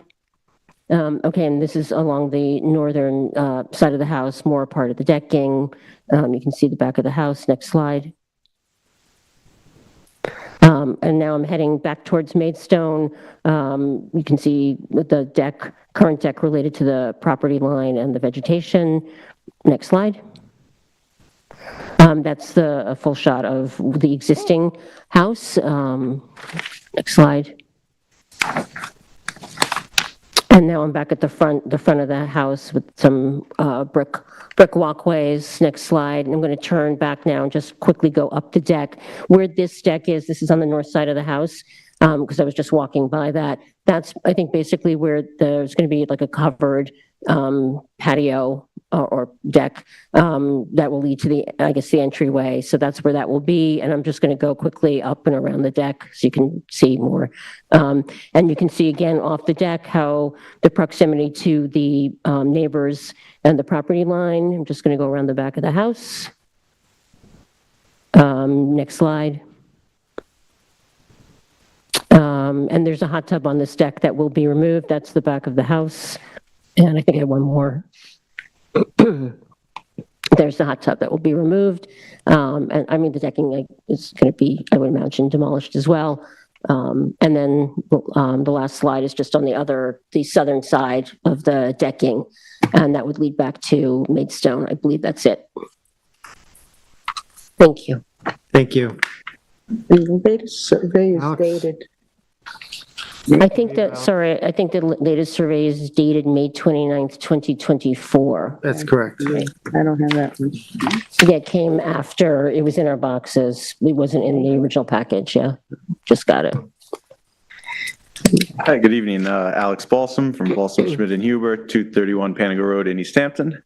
I'm here tonight with the Feldmans, Richard and Michelle. They are full-time residents out here, loving their life in Beach Hampton. They would obviously like to update the functionality and integrity of the house within the scope of the aesthetics of the neighborhood and obviously within the FEMA requirements. What we have before you is really a revision, not Roy read the notice based on our original application. Going into this, when we submitted it, we thought, oh, this is a great application. You know, we're taking care of the septic issue. In exchange, you know, we're asking for some relief, most of which we saw is just a product of the FEMA requirement. Then we read Tyler's TAM, and obviously he was a bit more critical, and I'll say in hindsight, probably rightfully so, because, you know, he said maybe an expansion of the residence could be done or could be accomplished without the number or degree of the variances requested. So the Feldmans took that to heart, went back with their architect, Chris DeSuno, and their builder, Bob, and we submitted basically a revised proposal after you know, reviewing Tyler's memo. So what we have before us now is an application that has the NRSP, but only has, in terms of variances, only has what I'll say are, I think, minor and modest requests of the 5-foot variance for the porch, putting it 95 feet from the freshwater wetland, and 2 pyramid variances. Again, I would describe them as modest and minor. One is on one of the side yards, just for a dormer that pokes through the pyramid, and on the front of the proposed house, just the very tip of the peak pokes through the pyramid. I'll address the dormer quickly while I mentioned it. Why do we want the dormer? as the applicant told me, I'll just quote, it's perfect. He said, it creates a room, not a loft. So the increased functionality, the enjoyment of having that second story dormer in there is a big benefit to them. And we think of, very minimal impact in terms of requested relief. Again, because it's just a dormer, it's not going across the whole length of the house. So in terms of what we removed from our initial application, we removed the need for a height variance. We'd asked for a 1.5 foot height variance. Chris and the Feldmans addressed that. We no longer need a height variance. We're no longer asking for a height variance. We had a lot coverage request in our initial application. That's been removed, actually along the lines of lot coverage. So we're allowed 3,000 square feet there. Our current lot coverage is 2,989, so we're 11 square feet currently under the threshold. But what we're proposing for lot coverage is 2,744 square feet, so we're going in the right direction there. So again, no height variance, no lot coverage variance being requested anymore. Instead of 4 pyramid requests, a couple of which were a little more substantial, frankly, we're down to 2. Again, fairly minor, I think, pyramid requests. What's the amount of those new ones? The amount of the variance for the pyramids? Over the pyramid. With the revision. I'll let Tyler answer this because I know when we met with Tyler in some of our discussions about the application, I know Chris had one calculation. Tyler said, it might be different from you, so I'll wait to see what Tyler says. Everybody sort of measures it a little differently, and the town measures it strange. So we have it as 4.4 feet from the southern lot line and 4.2 from the eastern front yard. 4.4 and 4.2? Yes. 4.4 from the southern side yard. Right. Okay, thank you. Our building coverage, we're coming in under the allowed 1,200 square feet. We're at 1,170 square feet. So we're fine there as well. Although we didn't need any relief from that in the initial application either. So again, just to recap this, we're just asking for that 5 foot variance for the porch and the 2 pyramids. And obviously, I think the cornerstone of this application is the new septic system. The existing septic, as Tyler's memo stated, is likely in groundwater. We're fixing that. I think that's just I would imagine that's a big win for everyone, for the neighborhood, for the neighbors. We also have 5 letters of support that we submitted from the neighbors along Maidstone, one of which was directly to the south, who I would say is potentially the most impacted neighbor, and 2 neighbors directly across the street as well. Again, five letters of support from neighbors. So in sum, I think what I'm saying hopefully is resonating that, my clients, they're lovely people. I might have Richard come up and add to what I'm saying if he'd like. They're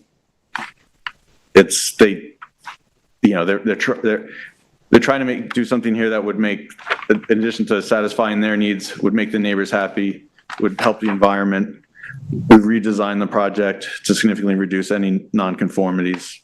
I think the redesigned house is in conformance with the neighborhood. It's of modest size. It's just a modern version of what else is around it.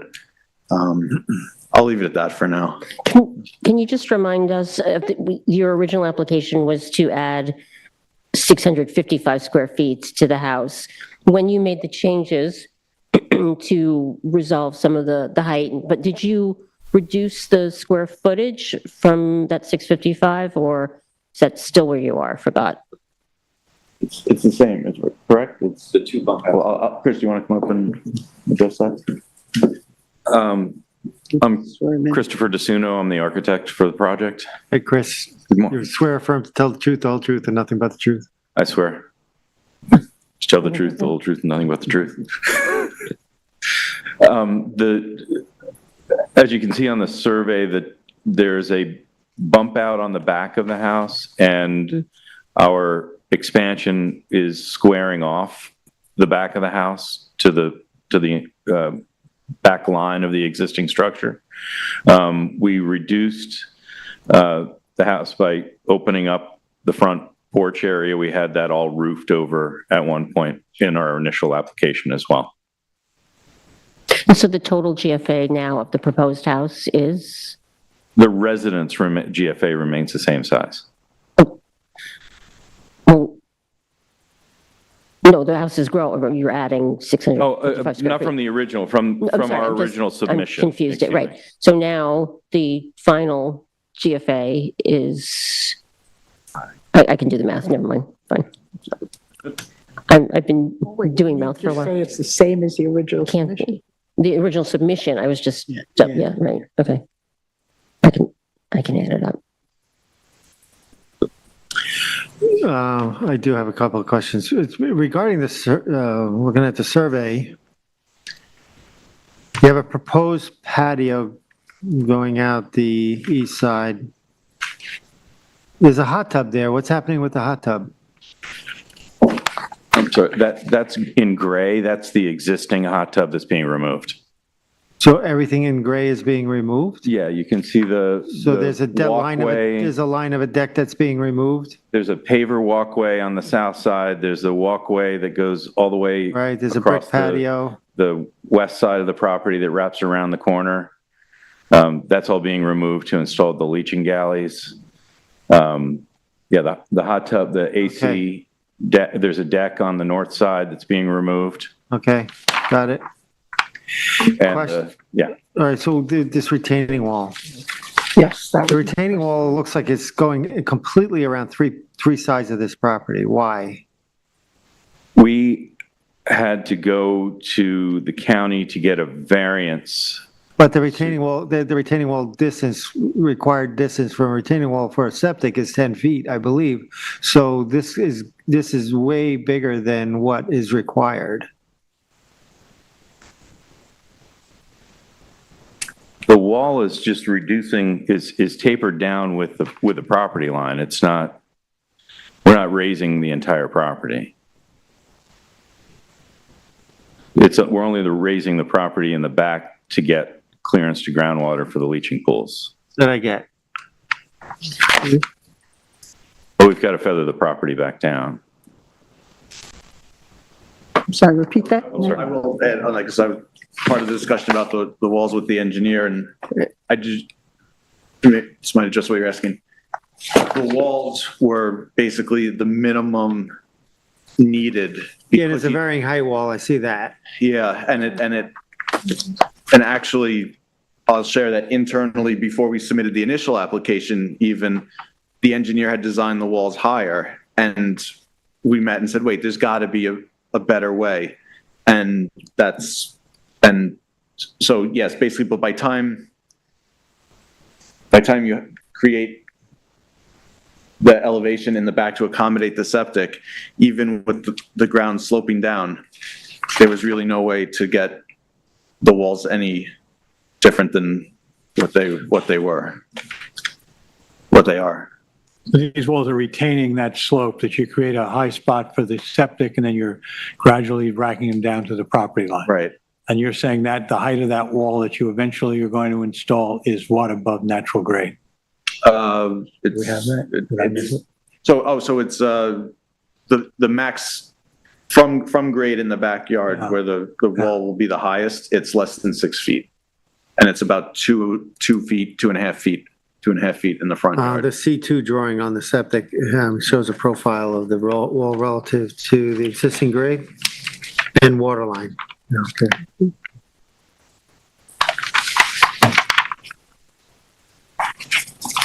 So this house is still getting raised to FEMA, though. Correct. You're still getting FEMA, even though you changed the height and all that.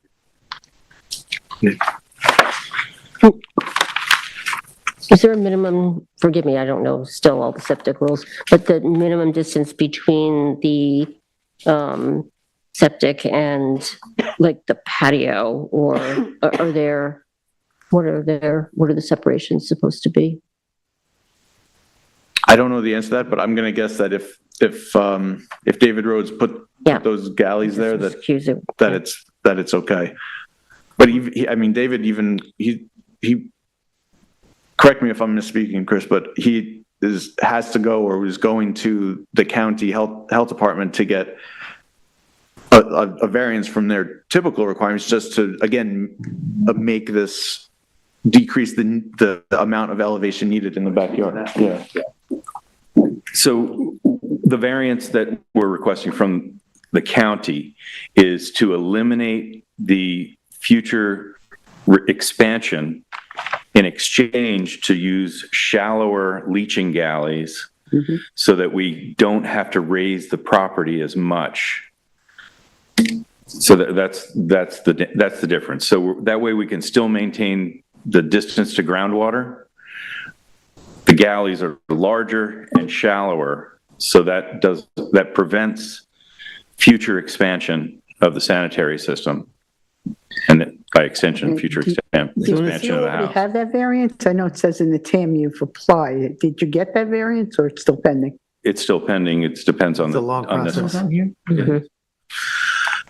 This entire site's going to be disturbed, right? What are we doing about revegetation and restoring back the character of, is this dunescape here?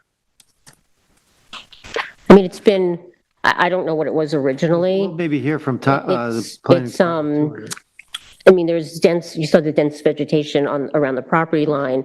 The back was mostly, there's that raised part in the front that's, has, which got like wood chips on it and some vegetation. And then around the back, there was, some low green, I don't know if it had been a lawn at some point or if it had been dune vegetation. I mean, that part of Beach Hampton would normally have wetland vegetation or dune vegetation. It's sort of a little bit nondescript. I'm not trying to be, So it said that it was it's allowed to be 100% cleared? Is that it? Is it? Because it's less than. It says clearing allowed. Well, the property is at 6,000 square feet is under the, is exempt from the clearing requirement in the code, I believe. So you have an existing, so what's the property size? 6,000. 6,000, so it's 100% clear. In terms of revegetation, would you be willing to offer revegetation and as mitigation, and where? Where? Well, when you walk the property, it's admittedly not many areas. I think we'd be open to proposing the most we could. Something, I mean, something, yes, the answer is yes. Where exactly, I think we would have to come back to you with a proposal, but the short answer is yes, we would be willing to add some revegetation.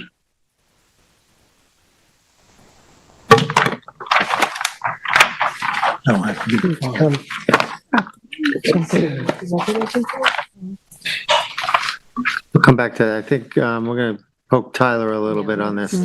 Yeah. Thank you. Tyler, come on up. Tyler Borsek for the planning department again.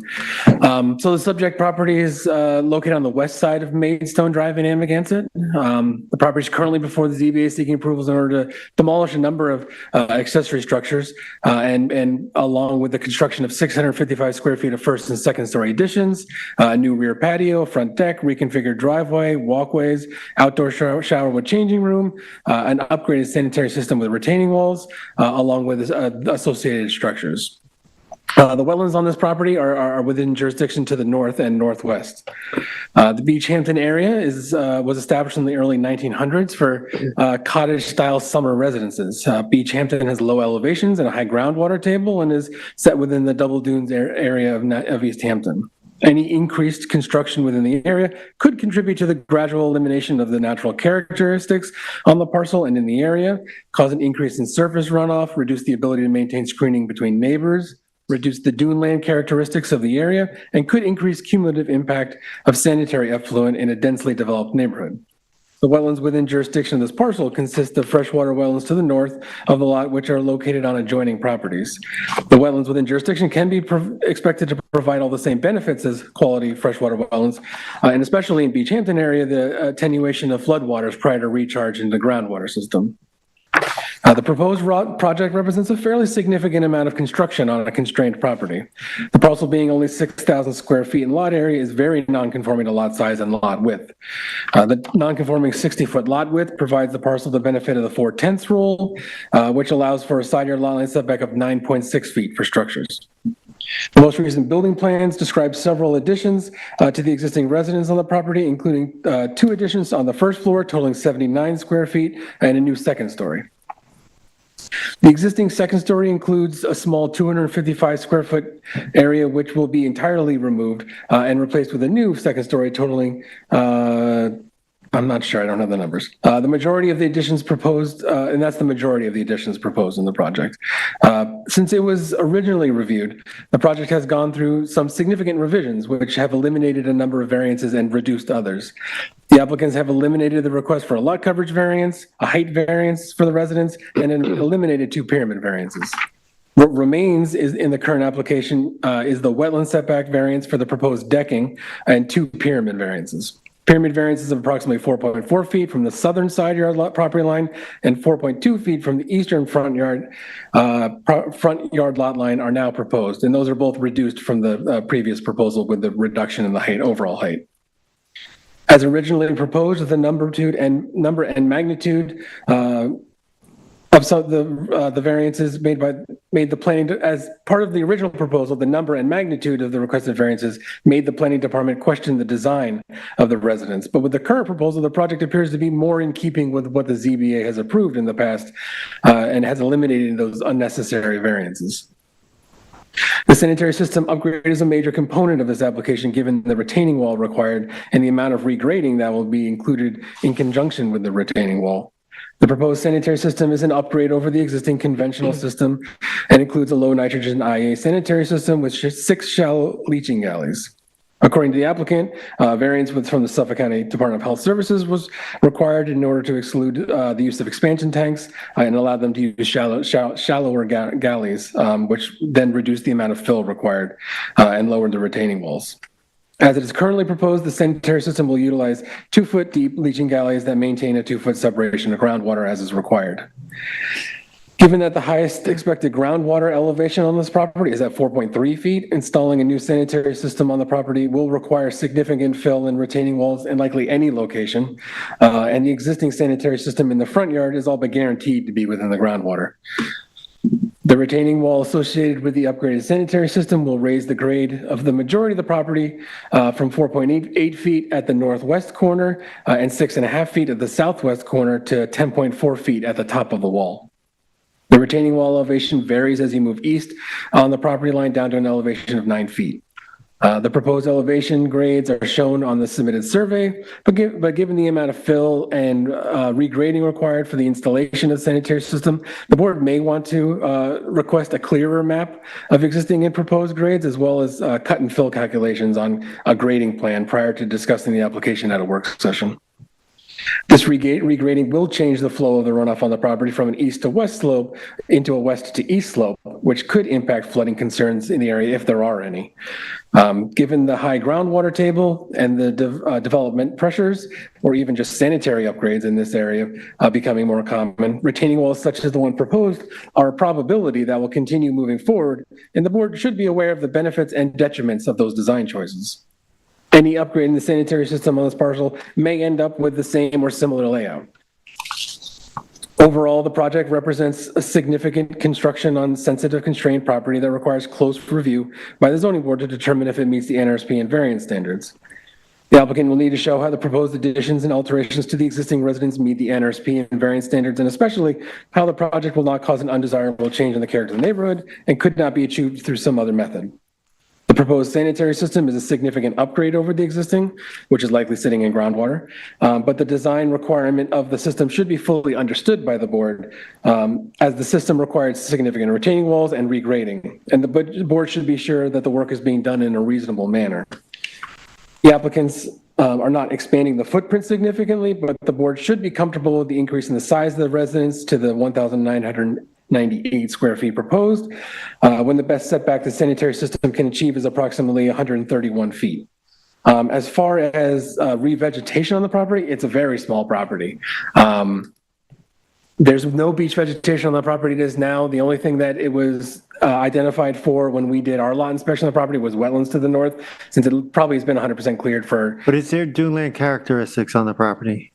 Is there duneland? We didn't note any duneland characteristics. The only thing we noted in the lot inspection was What I'm concerned about is it appears to me that this is going to substantially change the duneland character of the neighborhood, if there is.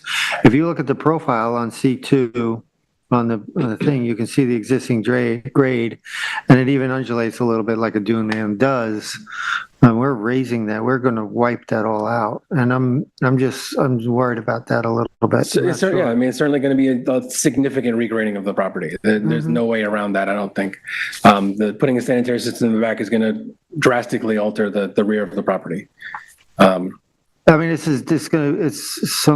challenging. It's going to be challenging for us. I'm just saying, because these were cottages that were meant to live in this duneland environment. Yeah.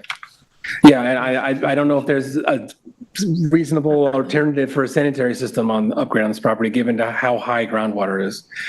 This is, they seems to be that they've done what they could to try and minimize that wall, but it's going to be a very tall wall. That 4.3 current groundwater level, there seems to be a lot of seasonal variation. Absolutely. in that area. Maybe more, it seems to be, the variation seems to be increasing, the flooding incidence is increasing. So I'm just pointing that out, in terms of the resiliency of this area relative to increased, meaningfully increased development. Yeah, generally the test holes will note it as being the highest expected groundwater, right? Given the fluctuations. So I wouldn't expect too much variability in the number that they gave us, but certainly there's always variability. The change in the runoff direction is concerning also. Can you address that a little bit more? Did you see any signs of flooding? Not that I've noticed. I'm not in the neighborhood every day though. So it's hard for me to really opine too much on that. So the wall is a great concern. It's been brought up by the chair, and I asked a question about its height. It's been brought up, but we can see that there's a schematic that shows us some. But my question is, if we were to try to improve the septic in any way, would it require a wall? There's really no alternative to a wall. So the septic requires it, and we're hopeful, and you're hopeful, you're suggesting that it has been adapted to make it the minimum impact. We're using shallower galleys and whatnot. So it's sort of a choose your poison here, because we can improve the septic system, but we have to accept the fact that this wall is going to circle this and change the character of the neighborhood, as the chair said, and completely change the surface of the property around the structure. Right. And I imagine if the lots behind and to the side and diagonally come in, they'll probably be doing sanitary system in the same general area and be raising their grade too. So it's going to be a change for the neighborhood over, many, many years would be my guess as to how it'll probably happen. But we could characterize this as possibly then the only way in which this septic system could go in. Potentially. Yeah. Well, okay. Plus it needs a variance from the county to put this in the way it is. Yeah, the county is likely waiting for your determination before they issue a permit. Well, except they need a variance to not have the Yeah. expansion. They've started that process, but oftentimes the county will just put it on pause until they receive an NRSP or variance or whatever they need, and then they'll do the what final happens part. if they don't get the variance? They wait for us, essentially. Or Yeah, yeah. If we approve it, they'll automatically approve it? Well, not necessarily automatically, but if they've gone through enough of the process, then they might at that point. Okay, anybody have any questions? Address the retaining wall, that was my concern. Okay, thank you. So how are we going to handle? Alex, the come on up. Okay, re-veg. I know Richard Feldman would like to say a couple things about his application, so I'm going to Thank you. come up here with him and we'll do that. Yeah. Good evening, Richard Feldman. Do you swear affirm that you tell the truth, the whole truth, and nothing but the truth? I do, and I'm a lawyer. Oh, you are, sorry. Yeah, you're double sworn. This is a challenging project. However, we're very sensitive to the issues that you've raised, and we are very sensitive to our neighbors. To the south, Roz and Stu Alpert, who are affected potentially most, they wrote a letter and wished us well. They understand that we'll be raising the back. We have to, but that's the only thing we can do in terms of the septic system. It's in the groundwater now, and everyone agrees it should not be. And right now it's in the front. So by changing the course of any water from the east to the west to the east, it will be draining to the front. We'd certainly do revegetation in the front. We couldn't do it before because that's where the septic system is. But certainly that would be one way to the north and to the front where it could mitigate any sort of runoff. To the north is our Chris, who I spoke to last week, and he and I have agreed to do plantings and share the cost of the plantings between us, because we're all aware of, the raising of the land, and we're all sensitive to those issues. We've scaled down the project from the initial submission because we were sensitive to what Tyler and the TAM letter said, and we have scaled it back so that the requests are really a pyramid variance for a dormer. Right now, our son and daughter-in-law live with us on the second floor in an open loft. We're hopeful that they'll get pregnant one day, but it's more conducive if it's a closed area rather than an open one. I need to add that to it. And again, this is our only home. We sold our house in Chappaqua, we moved here, and we've been here on Maidstone, first part-time and now full-time for the past 7 years. And so but before we sold our house in Chappaqua, it was part-time. But this is our only home. I'm now semi-retired from the practice of law. I want my children and potentially their grandchildren to visit us and have a place that they can enjoy. And right now, the current state of the house is falling down.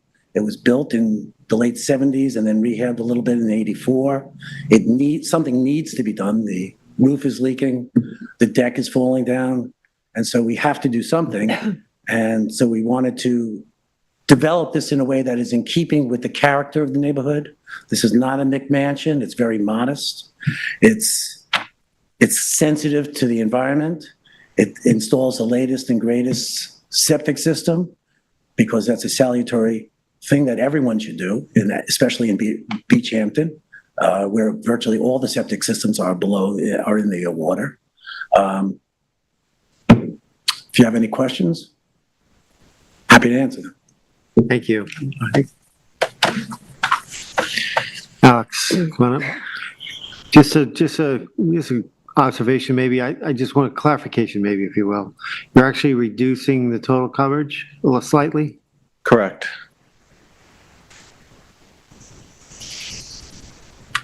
Obviously, with the special conditions of having no turf lawn or stuff like that, there will have to be some type of natural vegetation from you.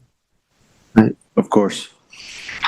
I do think it's important, whatever re-veg can happen, that it's native vegetation, because I know there's not that much left, but it is, it's an 8-foot wide dirt road that's supposed to feel the characters rural, half the houses on the road are probably still 1 stories. And so anything that can be done to make it feel more naturalized, I think is a 100%. No, edge, even though it's a small amount, will, I think, be important. Yep. In raising the house to FEMA, obviously the survey says you're using the existing foundation. You're going to build up on the existing to raise? Okay.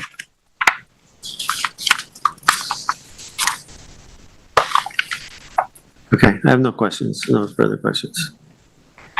I'm good, too. We have a call waiting. Well, we have a call waiting. Anybody good, yeah. here in this Yeah, sure. public like to address this application? Matt, you still got a person on the call? We currently have 2 callers holding. Okay. Let one in. Okay, we're gonna let in last 4 digits, 6001. You are live. Hi, I am the neighbor to the north. My husband is Chris, who had spoken to Richard. And this is the first time, unfortunately, my husband is the other person on the line, had seen the plans. And I do have some concerns about the 7-foot, the retaining wall on the northern border, and also how it's marked on the map.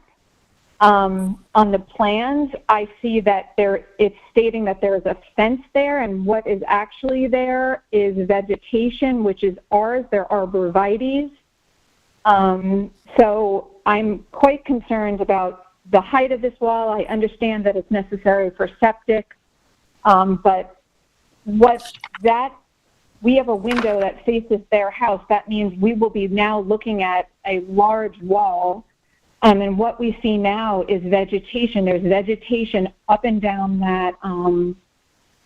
that our border, and Beach Haven is just so pretty and full of beautiful vegetation. And I think my husband agreed at some point to perhaps share in a cost, not knowing that there was going to be some sort of retaining wall that seems to be quite high, erected outside of our window. So I would I don't know if everyone can see on that map, it says fence on line where there's no fence, it's vegetation.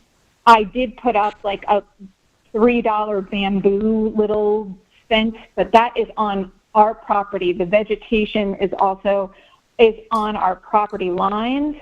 The little bamboo fence is in front of this vegetation, which has not been shown in pictures because it's on our property. But if someone can comment on how we can make this look like it's part of the neighborhood, or is there a possibility of lowering these walls, or is there a possibility of not needing such a high wall, like these retaining walls? Because this is totally going to dramatically change what I am now looking at outside of my window. All right, ma'am, this is not a 7-foot high retaining wall. It's a smaller retaining wall. Sorry, it says, I'm looking at a plan that says, it's very unclear from a layman. It says elevation 7 foot. It says wall. Go ahead. It's the top of the wall. To hear everybody also, because there's like other callers that I hear. So I'm sorry. The top of the wall is elevation 7. That doesn't mean it's 7 foot high. It's above water. How high will the wall be?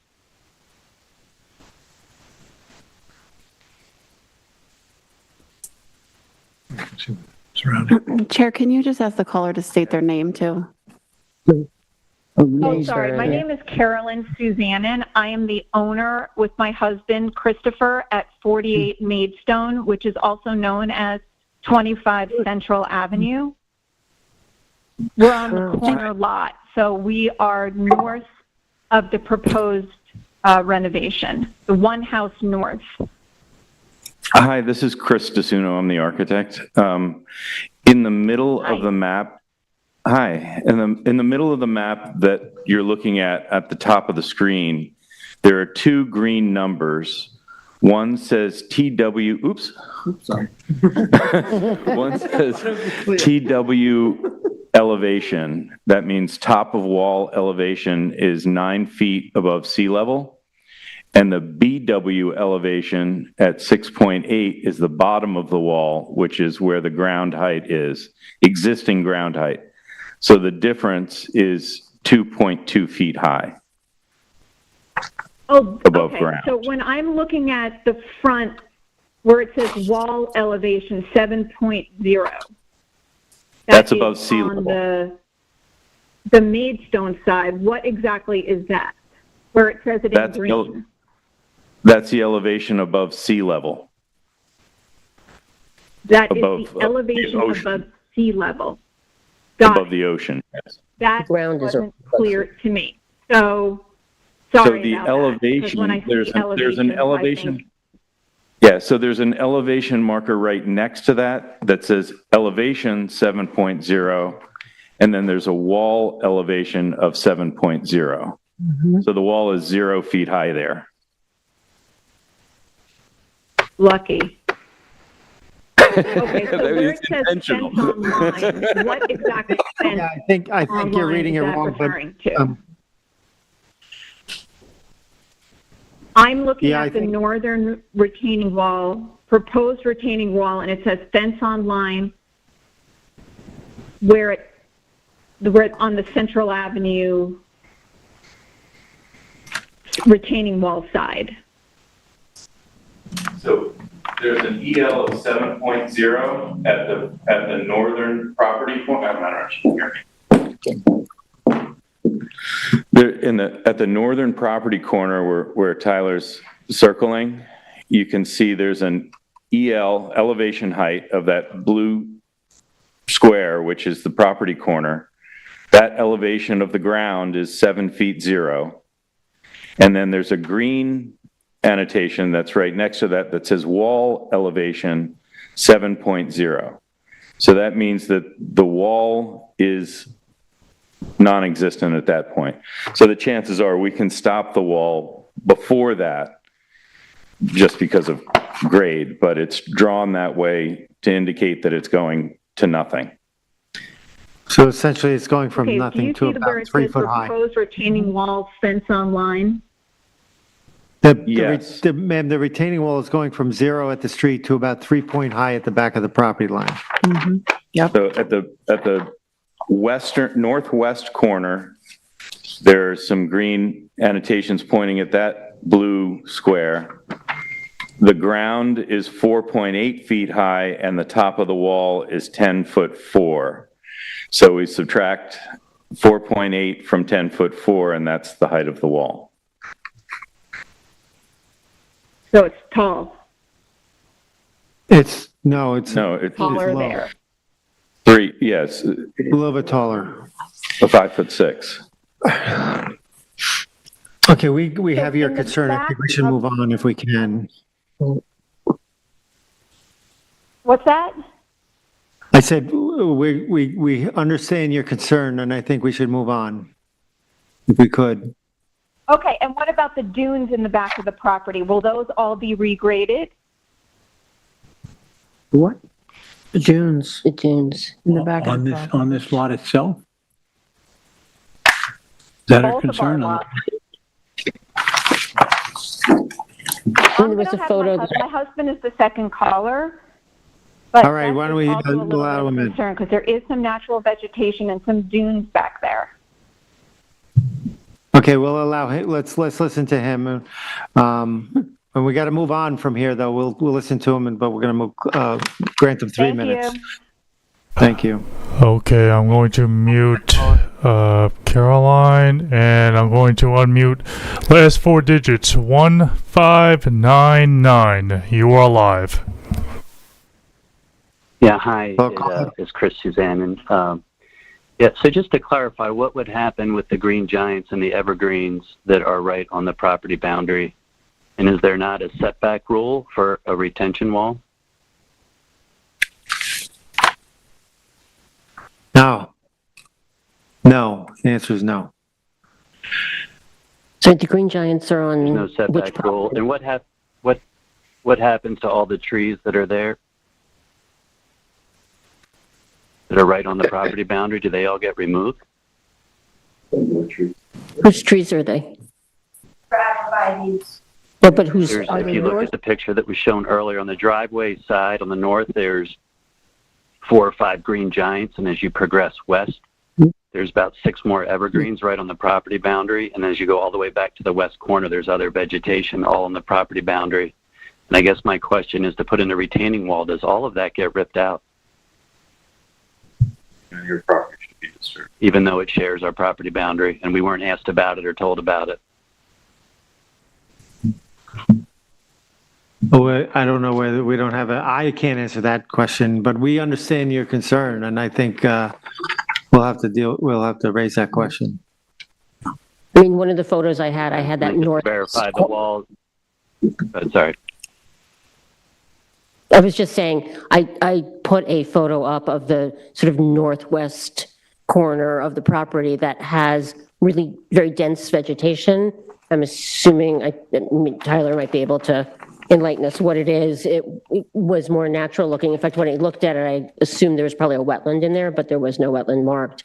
Arborvitae, I don't know what they're planning on doing. It's not native, obviously, to the area, so I can't say we're gonna be looking at revegetation of the property. So I guess. Hey, we certainly will look at revegetation.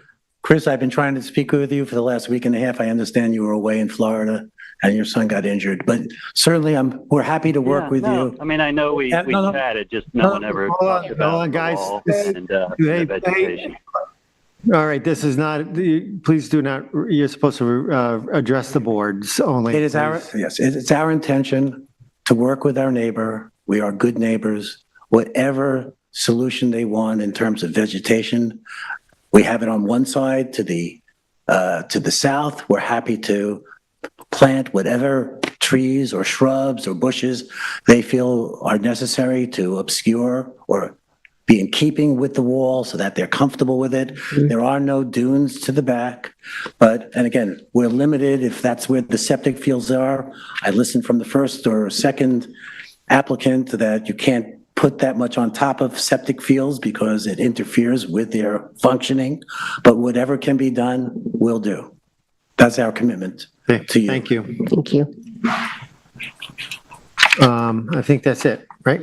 Thank you. So we have a. Yeah. Okay. Are we leaving the record open for anything? No. So we'll deal with the revegetation another time. Okay. Thank you.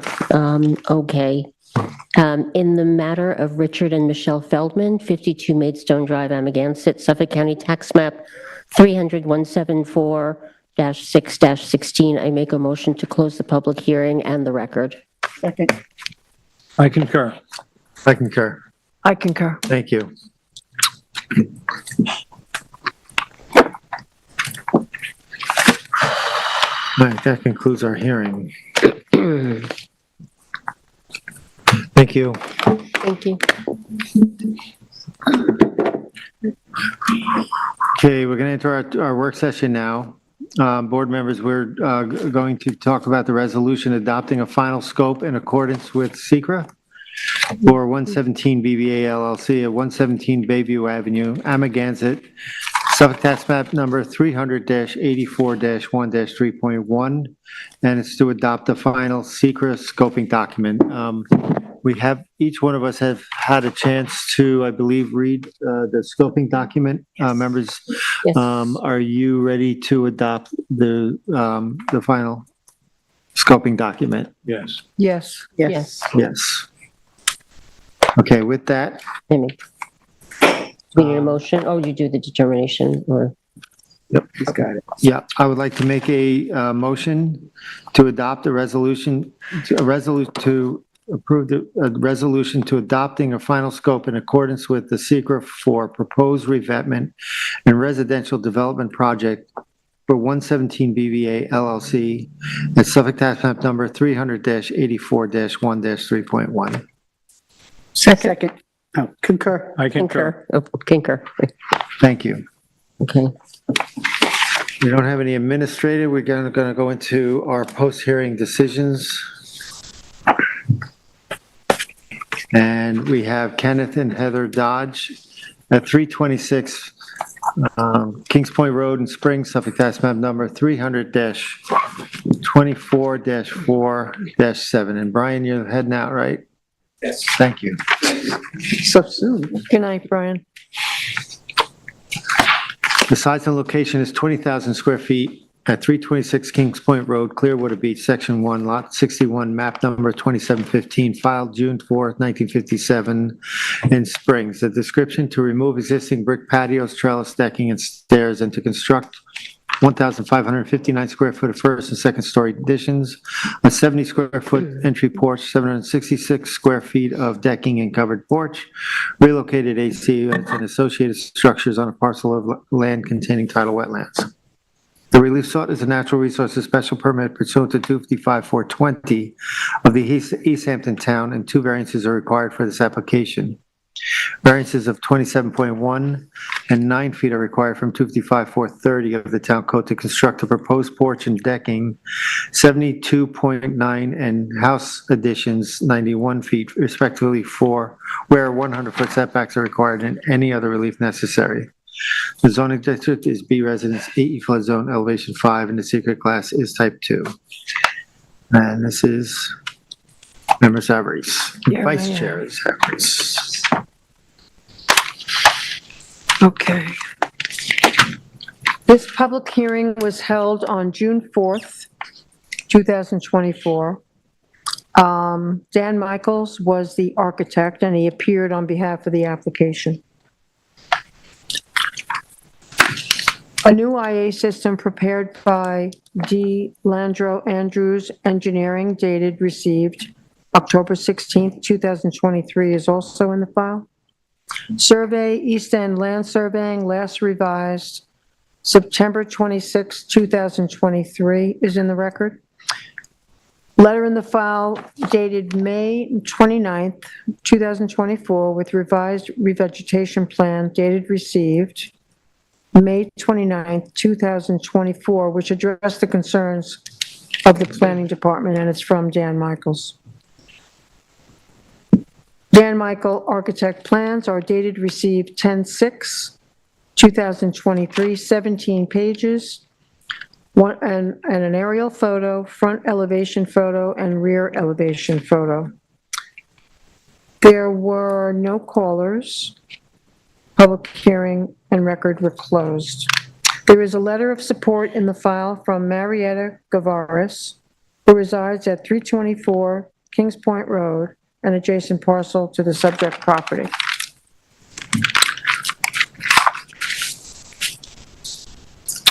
This is a very unique situation since this property is in a FEMA zone, AE5 flood zone, an X flood zone, and due to FEMA base flood elevation, the existing finished basement cannot be renovated and must be removed. The space currently contains the kitchen, den, and master bedroom and bathroom. Therefore, these spaces must be relocated. And on top of that, Clearwater Beach Property Association has a covenant that all homes must maintain a 40-foot setback from the street side property line, where East Hampton Town Code would only require a 15-foot setback for this parcel. So they cannot propose additions closer to the street.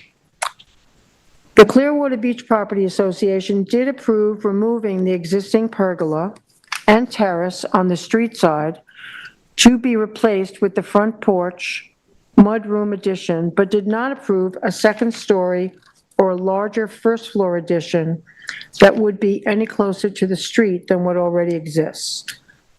So this cannot be achieved by some other method other than requesting a variance. The proposed renovations and additions do not extend any closer to the wetland than what currently exists. The property clearing is currently 100%. The proposal includes 6,900 square feet of revegetation. So I don't think the additions will cause an undesirable change in the character of the neighborhood or create a detriment to nearby properties. The variances being sought are not substantial. The existing single-family dwelling has 4 bedrooms and 2 bathrooms, and the new renovation will have 4 bedrooms and 3.5 bathrooms. The clearing of the property will be reduced from 100 to 37%, which will benefit the protection of the wetlands, along with a new upgraded IA system, which will further benefit. The existing bulkhead on the south side of the property extends into the property, creating a wetland setback, which requires the approval of variances for any type of renovation that would be proposed to the existing residents. I think the revegetation to the sanitary system upgrade adequately mitigates the project as proposed. Although it can be looked at that this project is fairly significant in comparison to the existing residents, there is a small increase in total lot coverage due to the elimination of existing brick patios with decking. For all the reasons stated, I feel the application is unique in nature due to the FEMA constraints. This application, in my view, does meet the threshold for grant of a variance outlined in 255-850. This application, for reasons already stated, does meet and comply with NRSP standards in 255-51 and general standards outlined in 255-540 of the Town's Code, specifically compatibility and environmental protection. For the reasons already stated, I'm approving this application in its entirety. Thank you. Ed? Yeah, thank you, Mr. Chairman. I'm going to largely agree with the Vice Chair in her analysis of this application. I thought it was well presented. I thought that the condition that the homeowners association would not allow them to build on the front of the house really complicated their efforts here. They stated they might have considered going that way, but they weren't going to be allowed based on the restrictions that were previously discussed here by the Vice Chair. I thought that meant that they were pressed into coming up with a solution that we would be somehow willing to approve. I thought they did a good job. I thought that what we listened to that night was a series of considerations that, reacting both to the TAM and to the needs on that property, were well thought out. The basement, as was stated, can no longer be used, so that because of the FEMA requirements, and so they're adding by moving up. So that basement area will stay, but will no longer be living space.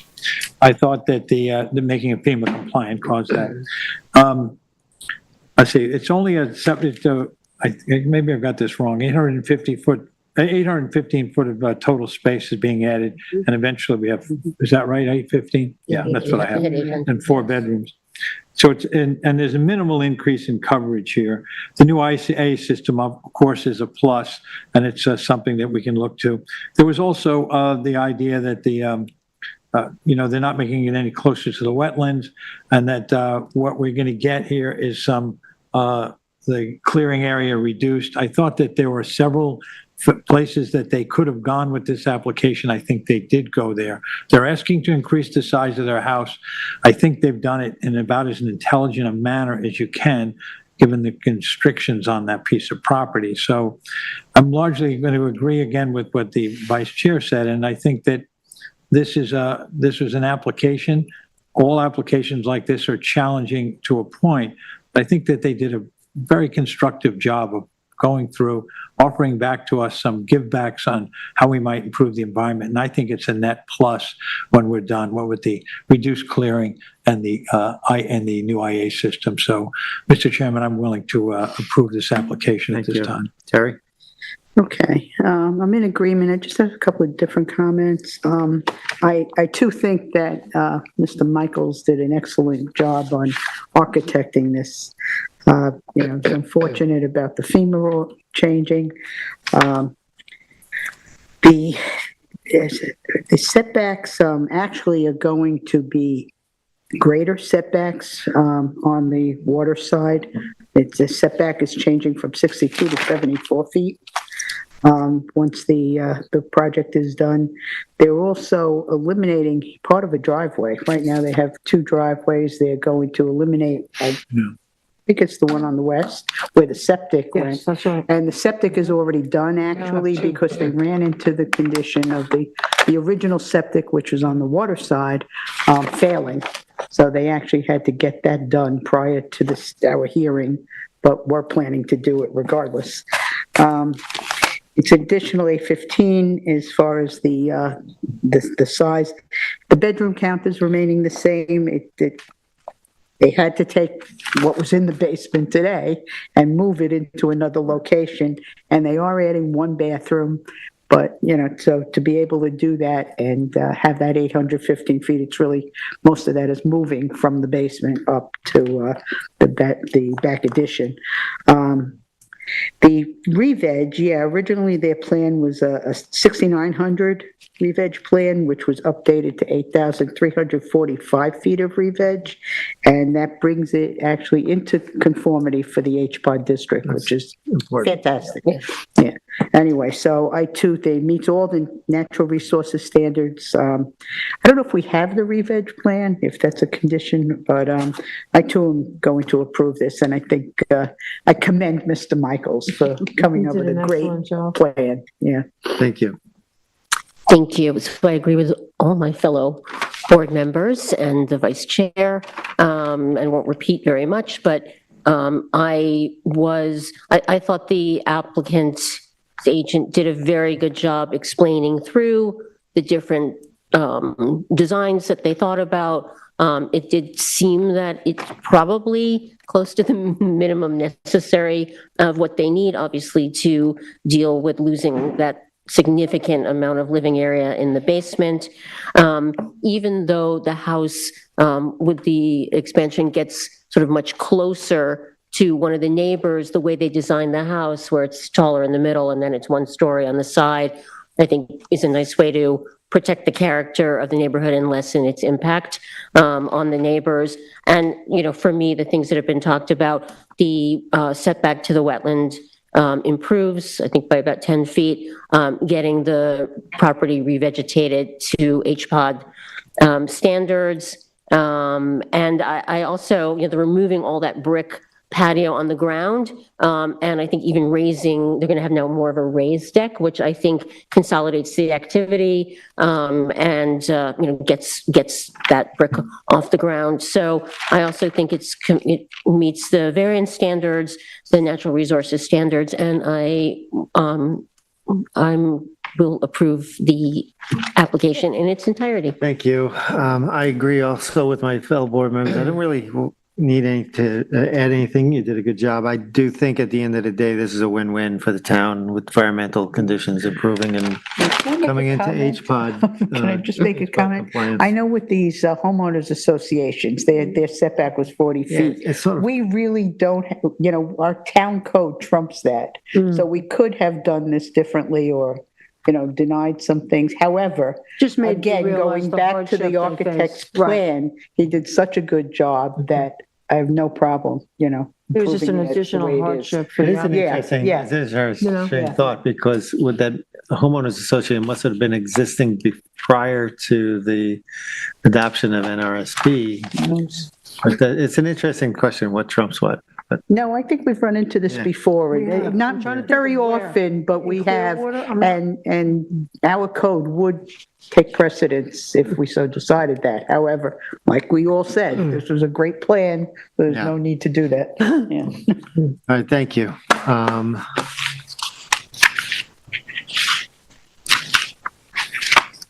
You're good. Next, we have 180 SB LLC at 180 Springy Banks Road, East Hampton, Suffolk tax map number 300-74-5-30.5, and that's to construct a 112 square foot deck extension, 26.6 feet from the side yard lot line where 35 feet is required, which reduces their required setback by 24%. 72 square feet of the deck is within the setback. Members, this is my area. This was a variance without a hearing.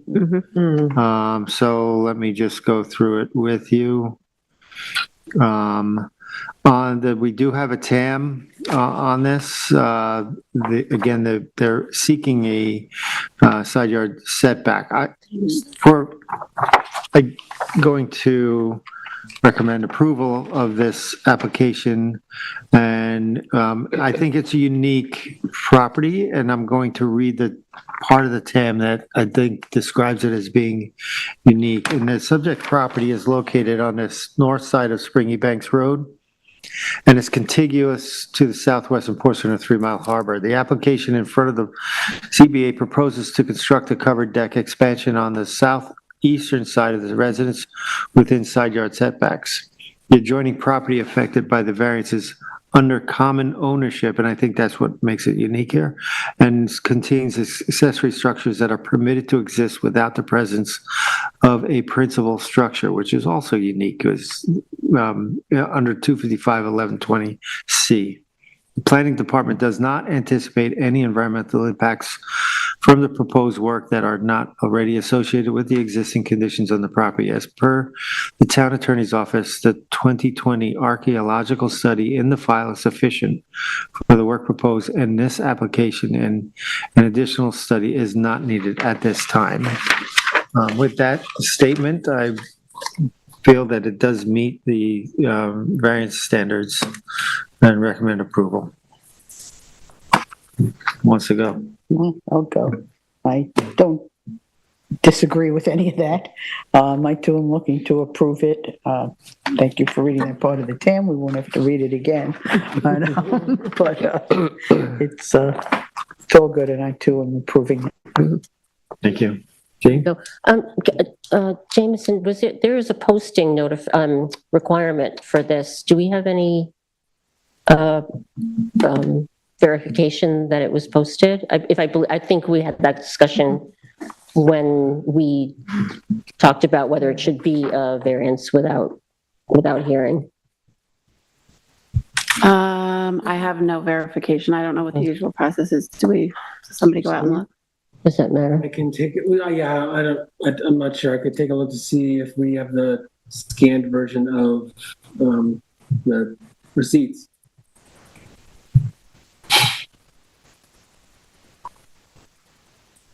Oh, I can look. I have it open. Hold on.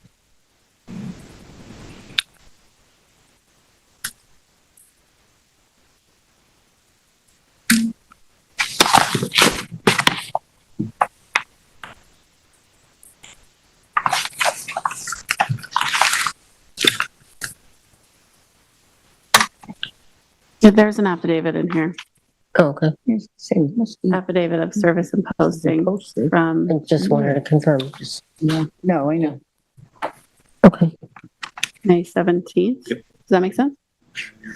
Okay, thank you. Thanks for checking that. Okay, so, sorry? Oh, you can't see.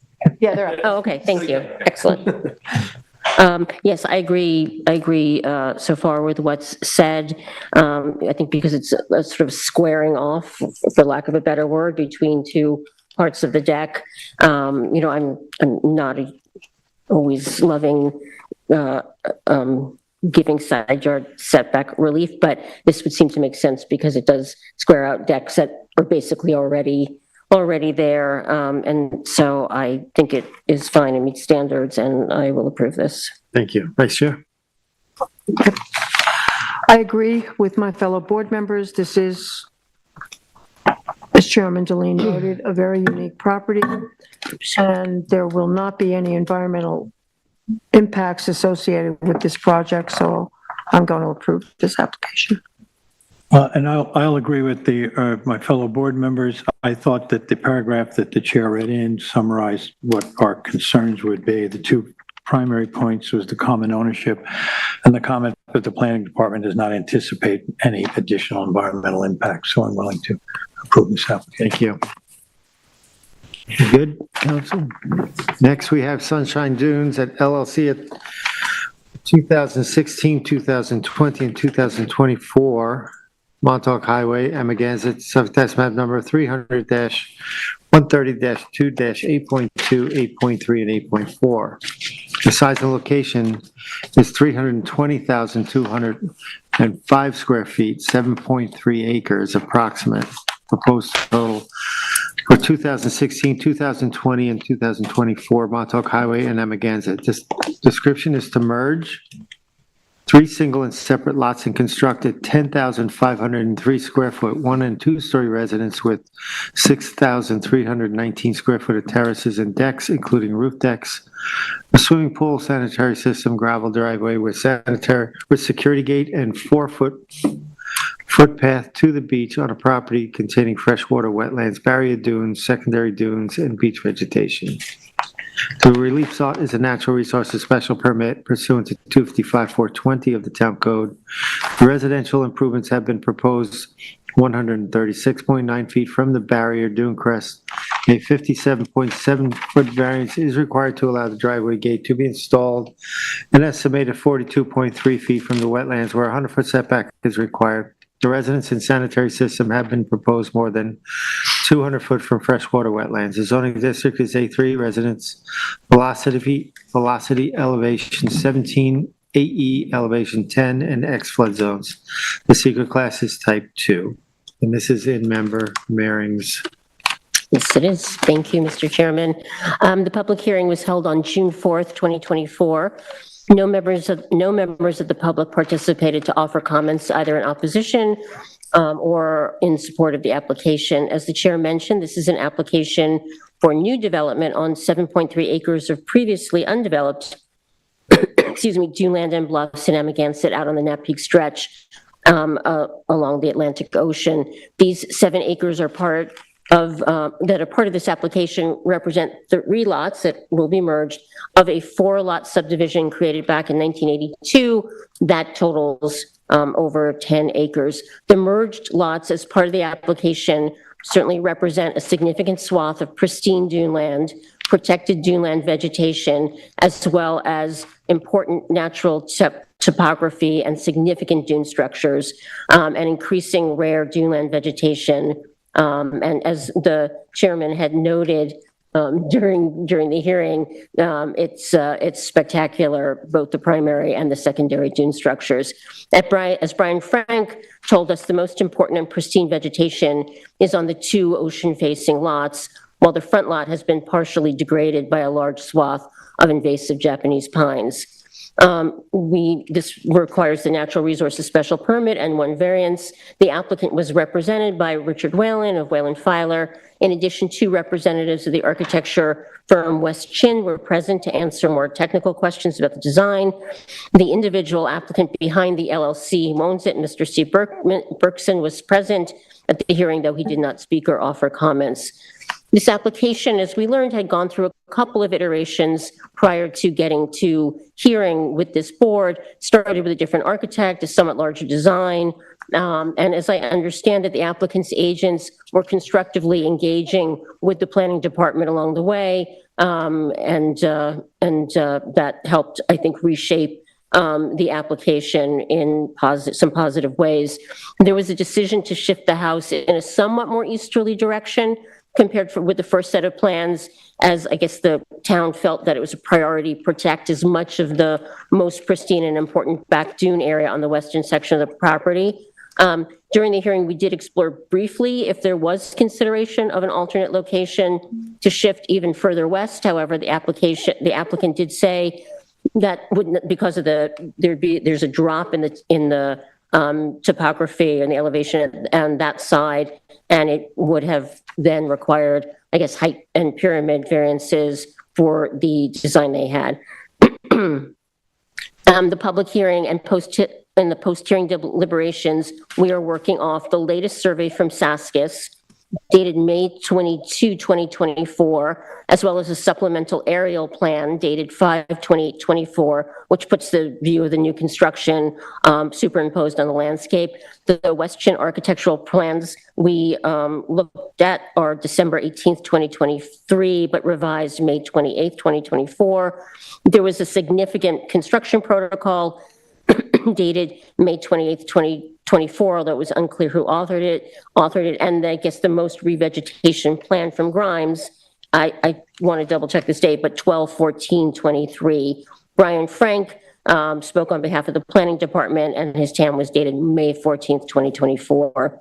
Also, to remind briefly of the history of this property, 4 lots were created, as we said, during the 1982 subdivision, and they sat vacant and undeveloped for decades, were marketed a few years ago, and all 4 were purchased by one applicant in July of 2021.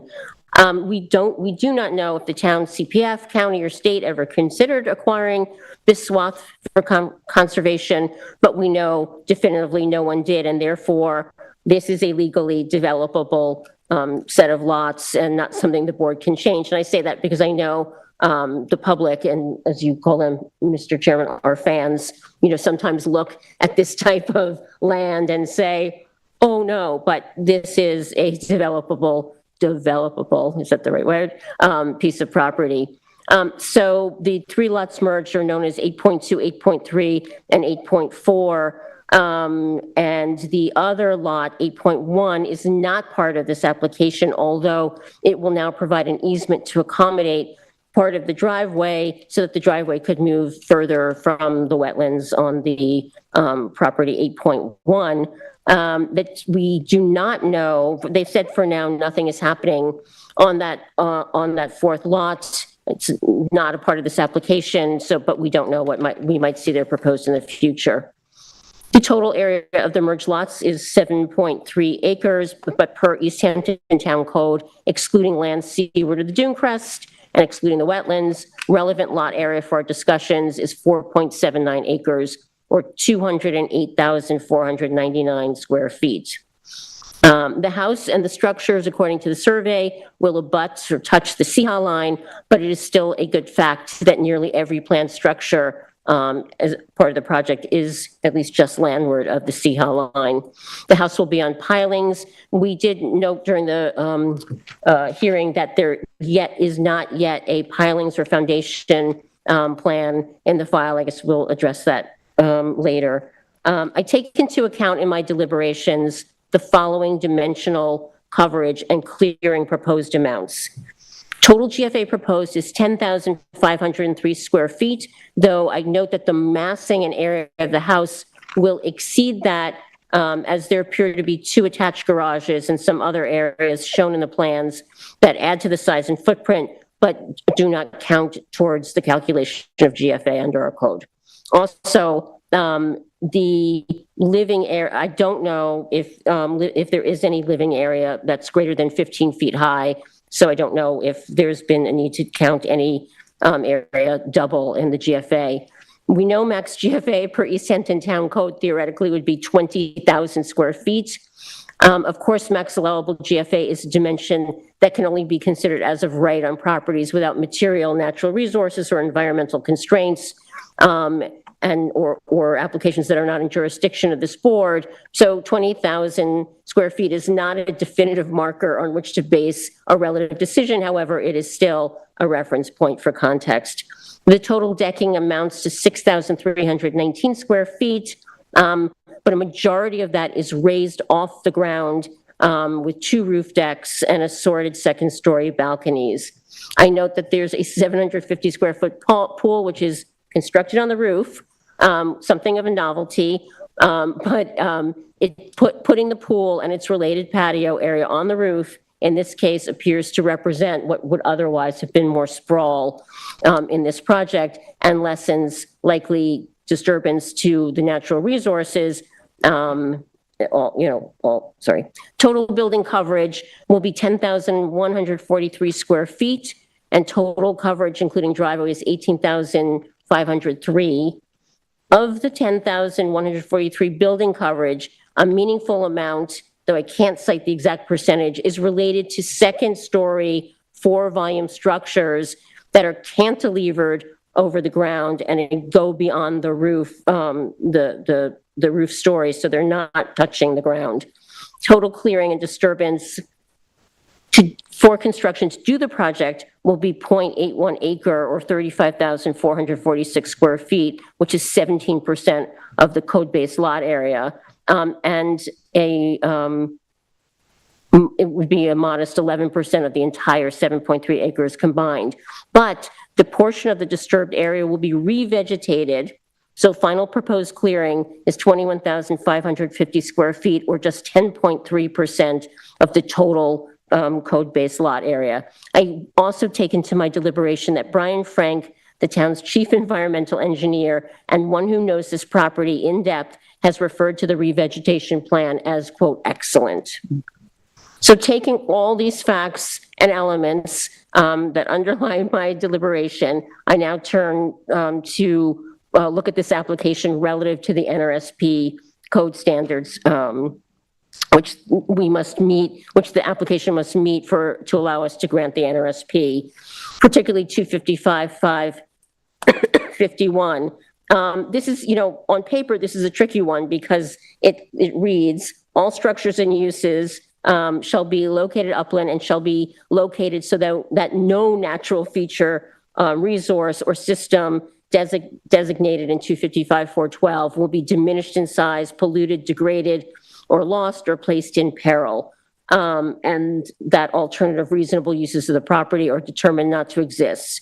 If I were to apply this code literally, word for word, then there would never be new proposed development on lots like this, because it, in a sense, does diminish in size and degrade natural resources. However, the planning department, of course, has guided us that when it comes to new development on previously undisturbed lots with pristine natural resources, then we can look at the NRSP standards beyond that written word, and it becomes the task of the board to apply additional judgment. To guide my decision, I turn to 255-540K, environmental protection, which is somewhat more nuanced language. The natural characteristics of the site are such that the proposed use may be introduced without undue disturbance. And with respect to that concept of undue disturbance, looking at the fairly limited coverage ratios, the final clearing ratios, combined with an additional proposed scenic easement that will stretch, I think, from the CHA line down to what was a fairly limited scenic easement that was created with the subdivision, thank you, as well as what I think was a very detailed and well thought out construction protocol. I find the project as proposed can be seen to meet this hurdle. And then lastly, I turn to 255-540D, compatibility. The site of the proposed use is suitable for the location and will in fact be compatible with surroundings and with the character of the neighborhood. It's hard to really call this a neighborhood because it's got the Ocean Colony Resort on the right, and then it has a few other lots developed sort of like this. But as I understand it, the development will not be visible from Montauk Highway. I don't know that we confirmed it in the hearing, but because of the dune structure, I don't think it will be visible from the beach either. And the neighbors, as I said, are a resort on the west and a couple of similarly developed lots to the east. And I took an opportunity in terms of, is it compatible? I looked at the development that's happened probably in the last 10 or so years, the Beach Plum Court subdivision, some of the other lots scattered around. It appears that on a sort of acre for acre basis, this project is actually less intense and more compact than what we've seen on the others. So all in, I am approving this application in full, and I would have some things to talk about depending if it does get approved about just some post conditions. I'll leave it at that for now. Okay. Once again, yeah, well, I agree. I am going to approve this, and it went through, for a while, I was concerned about, as you said, it's an unimproved lot, and there are 4 lots here. But one thing I wanted to check, isn't it lots 2, 3, and 4 that are getting developed? Yes. I said Yes, 8.2, one is not. 8.3, 8.4. 8.1 is not. No, 8.1 is taking It has a the driveway. It has a driveway. That has the driveway, right. Now, just a couple of points on that too. The additional, the original subdivision, as we know, had 100 wide scenic easement, 100-foot scenic easement on the Montauk Highway side, as well as the ocean side. In this application, they did agree to the additional scenic easement, as Member Meering said, bringing it right up to the CHA line. Basically, that's the entire property right south of the structure itself. They also had a slight change that they widened the driveway to comply to town code, making it 16 feet wide.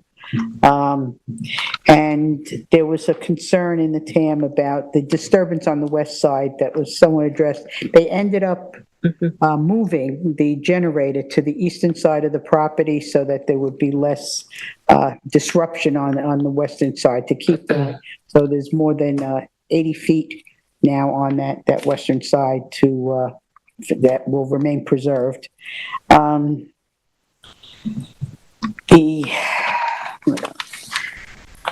I was somewhat wondering, if you trying to compare in my mind before I made the decision, what could be done with those 3 lots and the size of houses that might possibly be able to be put on them. It's a little different than, one that we had not that long ago on Sammy's Beach. And to me, this is a win. They're doing the preservation. The re-veg plan, as already stated, was rated excellent by our planning department.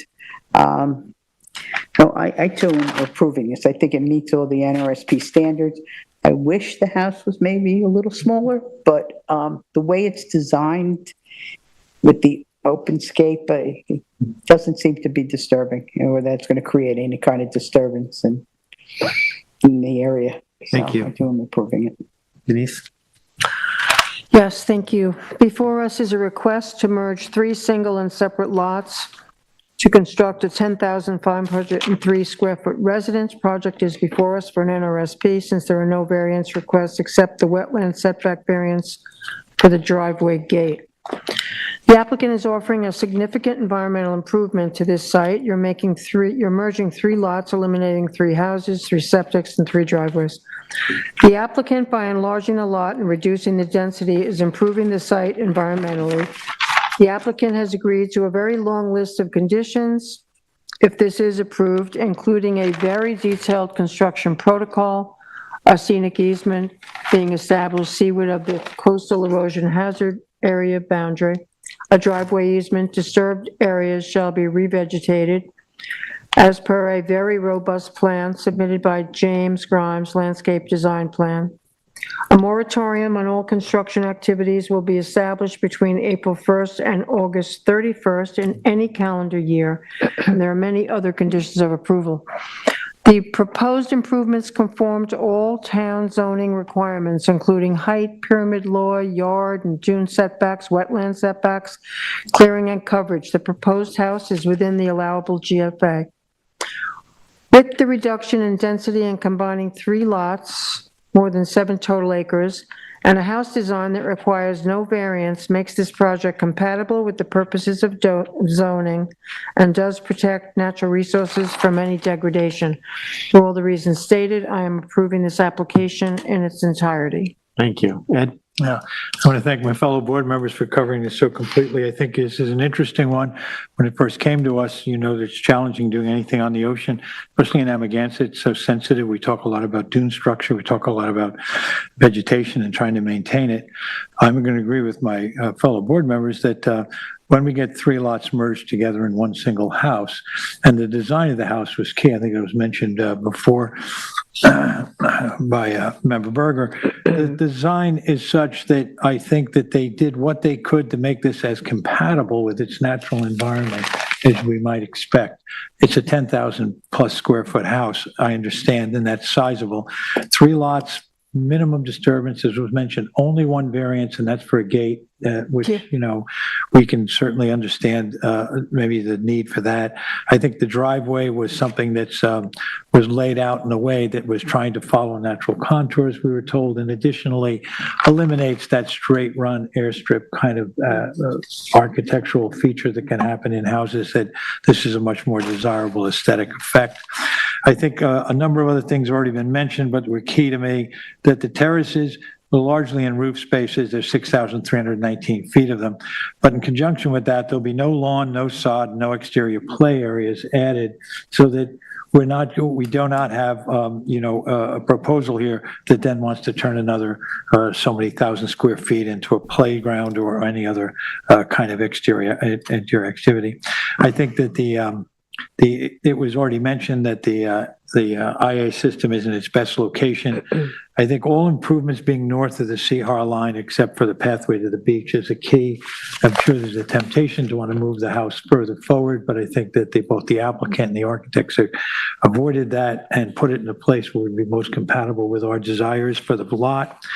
I thought the total clearing at the 21,550 foot number was also a reasonable one, given the size of the project. I think it was key, and it was introduced, and it was supported by Brian Frank, that the Grimes planting plan and landscape plan was an excellent one. He has experience in this particular type of construction, this kind of landscape and this environment. I think they were very happy with that. I think there was a real effort to maintain, this was brought up by the chair at the meeting, natural contours. What are the contours of the lot? The contours of the lot are essential here for us to consider, because this is dune land in its finest. It's one of the last remaining pieces of that along there. We have a project in front of us that is going to allow someone to have their signature home, but also preserve as much of that property as we possibly can. That was a key factor for me. I think the easements, as was mentioned again by fellow board members, being increased, being brought all the way to the CHA line on the ocean side was important. There was this talk about the Black Pine Grove. I think it's interesting for us to note how quickly a non-native can take over. There's not a lot we can do about it here in this particular moment, but I do think it's something for us and for others to keep in mind. It was mentioned by Brian Frank that the protective fencing is substantial. He thought that was a good, it was in general, this project was well thought out with both the project in mind and also our needs and concerns in mind. I thought that went right through. I just wanted to say, I won't go to the building protocol has been mentioned. I asked some questions about the protocol and about the routine and what might happen when the house was built. And I'm just going to cite the numbers and rather than go read what they were actually about. But in the building protocol, items 1.3, 2.1, 2.4.5, 2.4.6, 2.5.1 and 2.5.3 all deal with our areas of concern, and that is how much disturbance is going to happen, what are the cut and fill numbers, where are we going to be stacking materials, what happens to equipment when it's delivered, what's the sequencing of the project so that we know that a certain amount of work is done, that these tight projects, and we've seen it on other ones we've approved where they expand beyond what we wanted them to do because they're trying to do too many things at a time. It states in the protocol, they're going to work their way from the ocean northward. And so we would hope that we would see that this proposal, which was very complete, will be followed in its entirety. I think that this is a job. I think it's a project that people will look at from outside and perhaps not understand just the kind of effort that went in here and how much consideration we had to give to it. But I think it is a win for the environment. I think it's a win for the town in terms of what we can allow on a parcel that's as sensitive as this one. So I am approving it in its entirety. Thank you. I also agree, and I think it's well covered here. One part of me, I'm sad to approve this because of the spectacular beauty of these dunes and this property. On the other hand, I'm happy to approve a very smart design, very well thought out. The massing of this house is even smart. The way they handled it, I think it is going to be visually a low impact on the environment. Just a classic way to deal with this. And certainly you have one use impact on this property now instead of a potentially three. And I think that's also also a benefit to it. So yeah, I'm happy to also approve this. A couple of things I left out. Aside from the easements we already spoke about, that he's also offering a large lot easement with the merger. I don't know if that's something that's required or not, but it was brought up and they are offering that.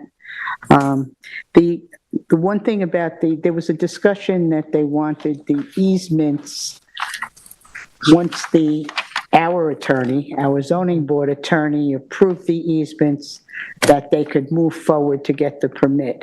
I'm very leery about that, and I don't think that should be allowed. I think should have to go through the full process to the town board to get done completely. There's one of them. Oh, and then we took the moratorium on the work. They did say, could we do indoor work? But I don't even know what indoor work is talking about. Everything's out. That would be defined by, I think, the Building town, department. yeah. But the moratorium during the summer should be in effect. Can I add one thing on, Member Johan spoke a lot about the soils and the protection of the soils, and we did find it was mentioned in the protocol, and I don't know if it did say that they have to stay on site. I would want to make sure that they stay on site, not moved off and come back, and that they also be, if possible, covered in some way, because I've seen when storms come, those sands can blow away. So I just want to make sure that language in our conditions is as strong as possible. I want to raise one more thing, and I don't know how to deal with it. We've got most of the decking on a roof, and there's a pool up there, there's a kitchen, and there is a lot of glazing on this house, and I do think about dark skies. So I don't know, is there a way that we can have any condition about the sort of type of lighting, like no uplighting on that roof or anything like that? Because it could really glow. But I think that's I'm just asking, I'm just raising it. My feeling, Right, I know, I think, I'm just I think asking. they should conform to dark sky for sure. Yeah. But I It's an don't unusual- want to gray our responsibility into what might be perceived as an architectural review Right, I know, I process just or wanted to anything like that. double check, because it's an unusual situation, having that type of intensity and a pool on a roof, so that's all I wanted to ask. That's all I had. Thank you. Good.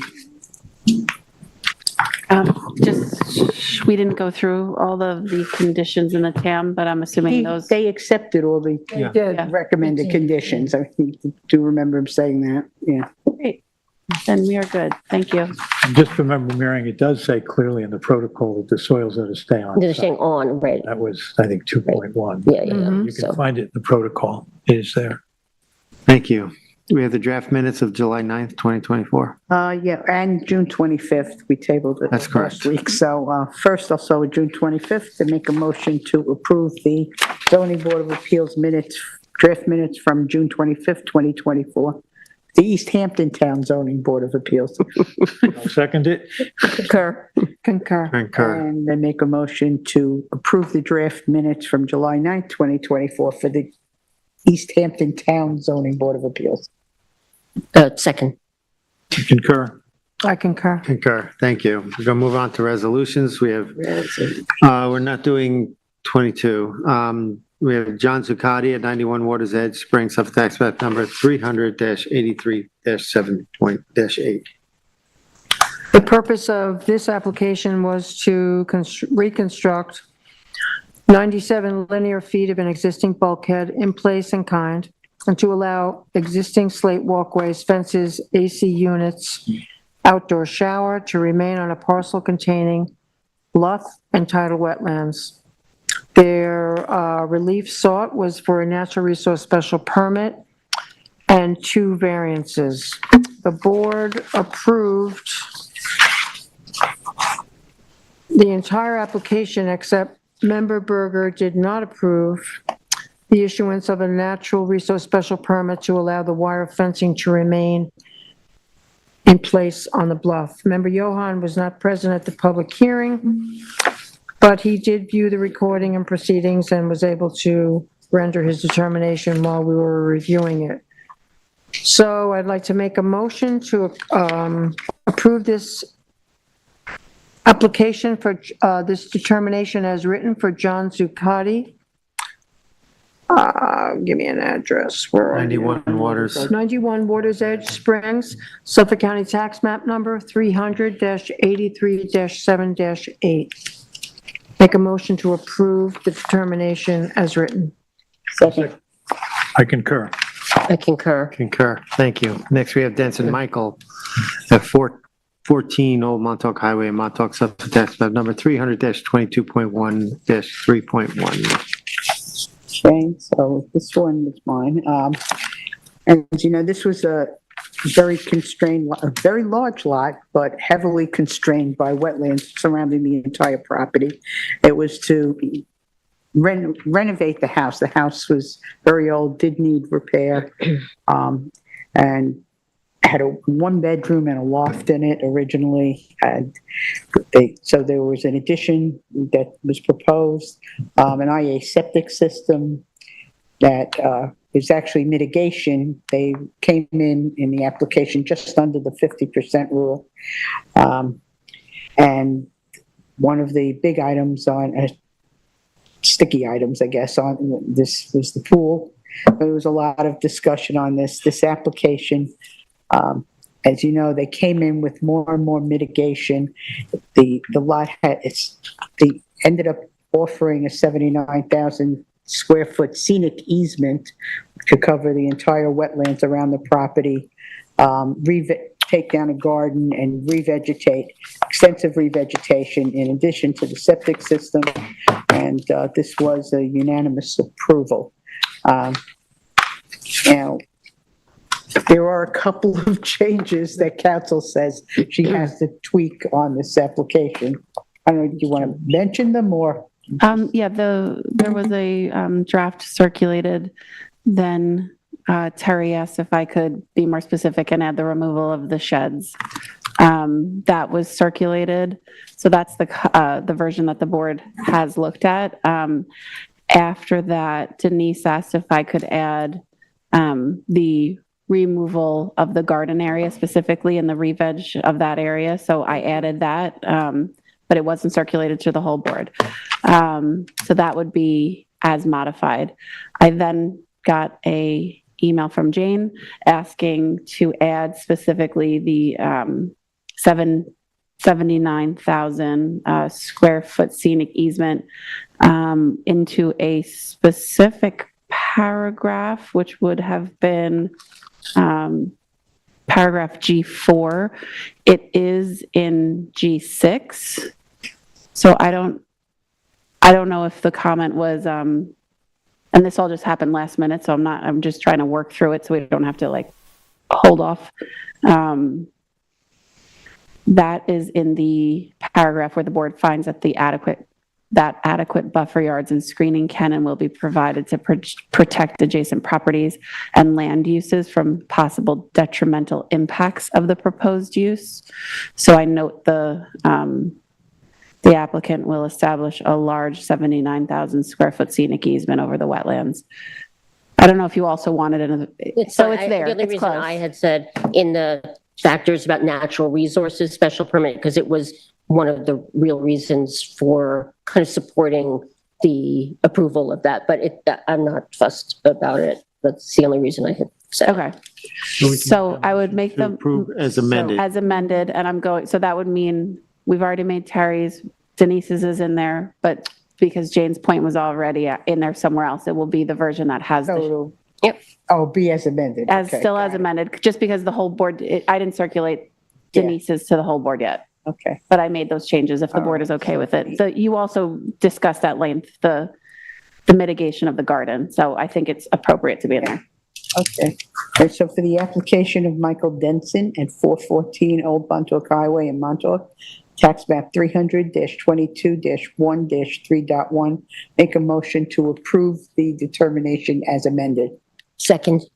I concur. I concur. Concur. Thank you. Next, we have Drew Thompson at 421 East Lake Drive in Montauk. Suffolk tax map number 300-6-2-18. The board will remember that this is a second hearing that we had that led to this decision. It had met in front of us before, and it had a 2-2 decision, which was a default denial, came back in front of us. This time with a new proposal. They originally were over 2,600 feet for a new residence on the lake and on East Lake Drive on the lake side of the road opposite the airport with over 1,000 foot of decking. After two different permutations here, iterations of the project. They eventually proposed a 2,307 square foot residence and 655 square foot of deck. They also agreed to relocate a shed. They required 2 variances for, the decking, and 1 variance for the sanitary system. This was a 4-to-1 decision with Member Berger denying the application. Other than that, it was approved 4-to-1. So I'd like to make a motion in the application or the case of Drew Thompson at 421 East Lake Drive, Montauk, Suffolk County Tax Map 300-6-02-18 to approve the determination as written. Second? Concur? Concur. Thank you. Vice Chair, honors? Yes. Let's see. I make a motion to adjourn the zoning board of appeals meeting on July 16, 2024 at 10:06 PM. I'll second it. Concur.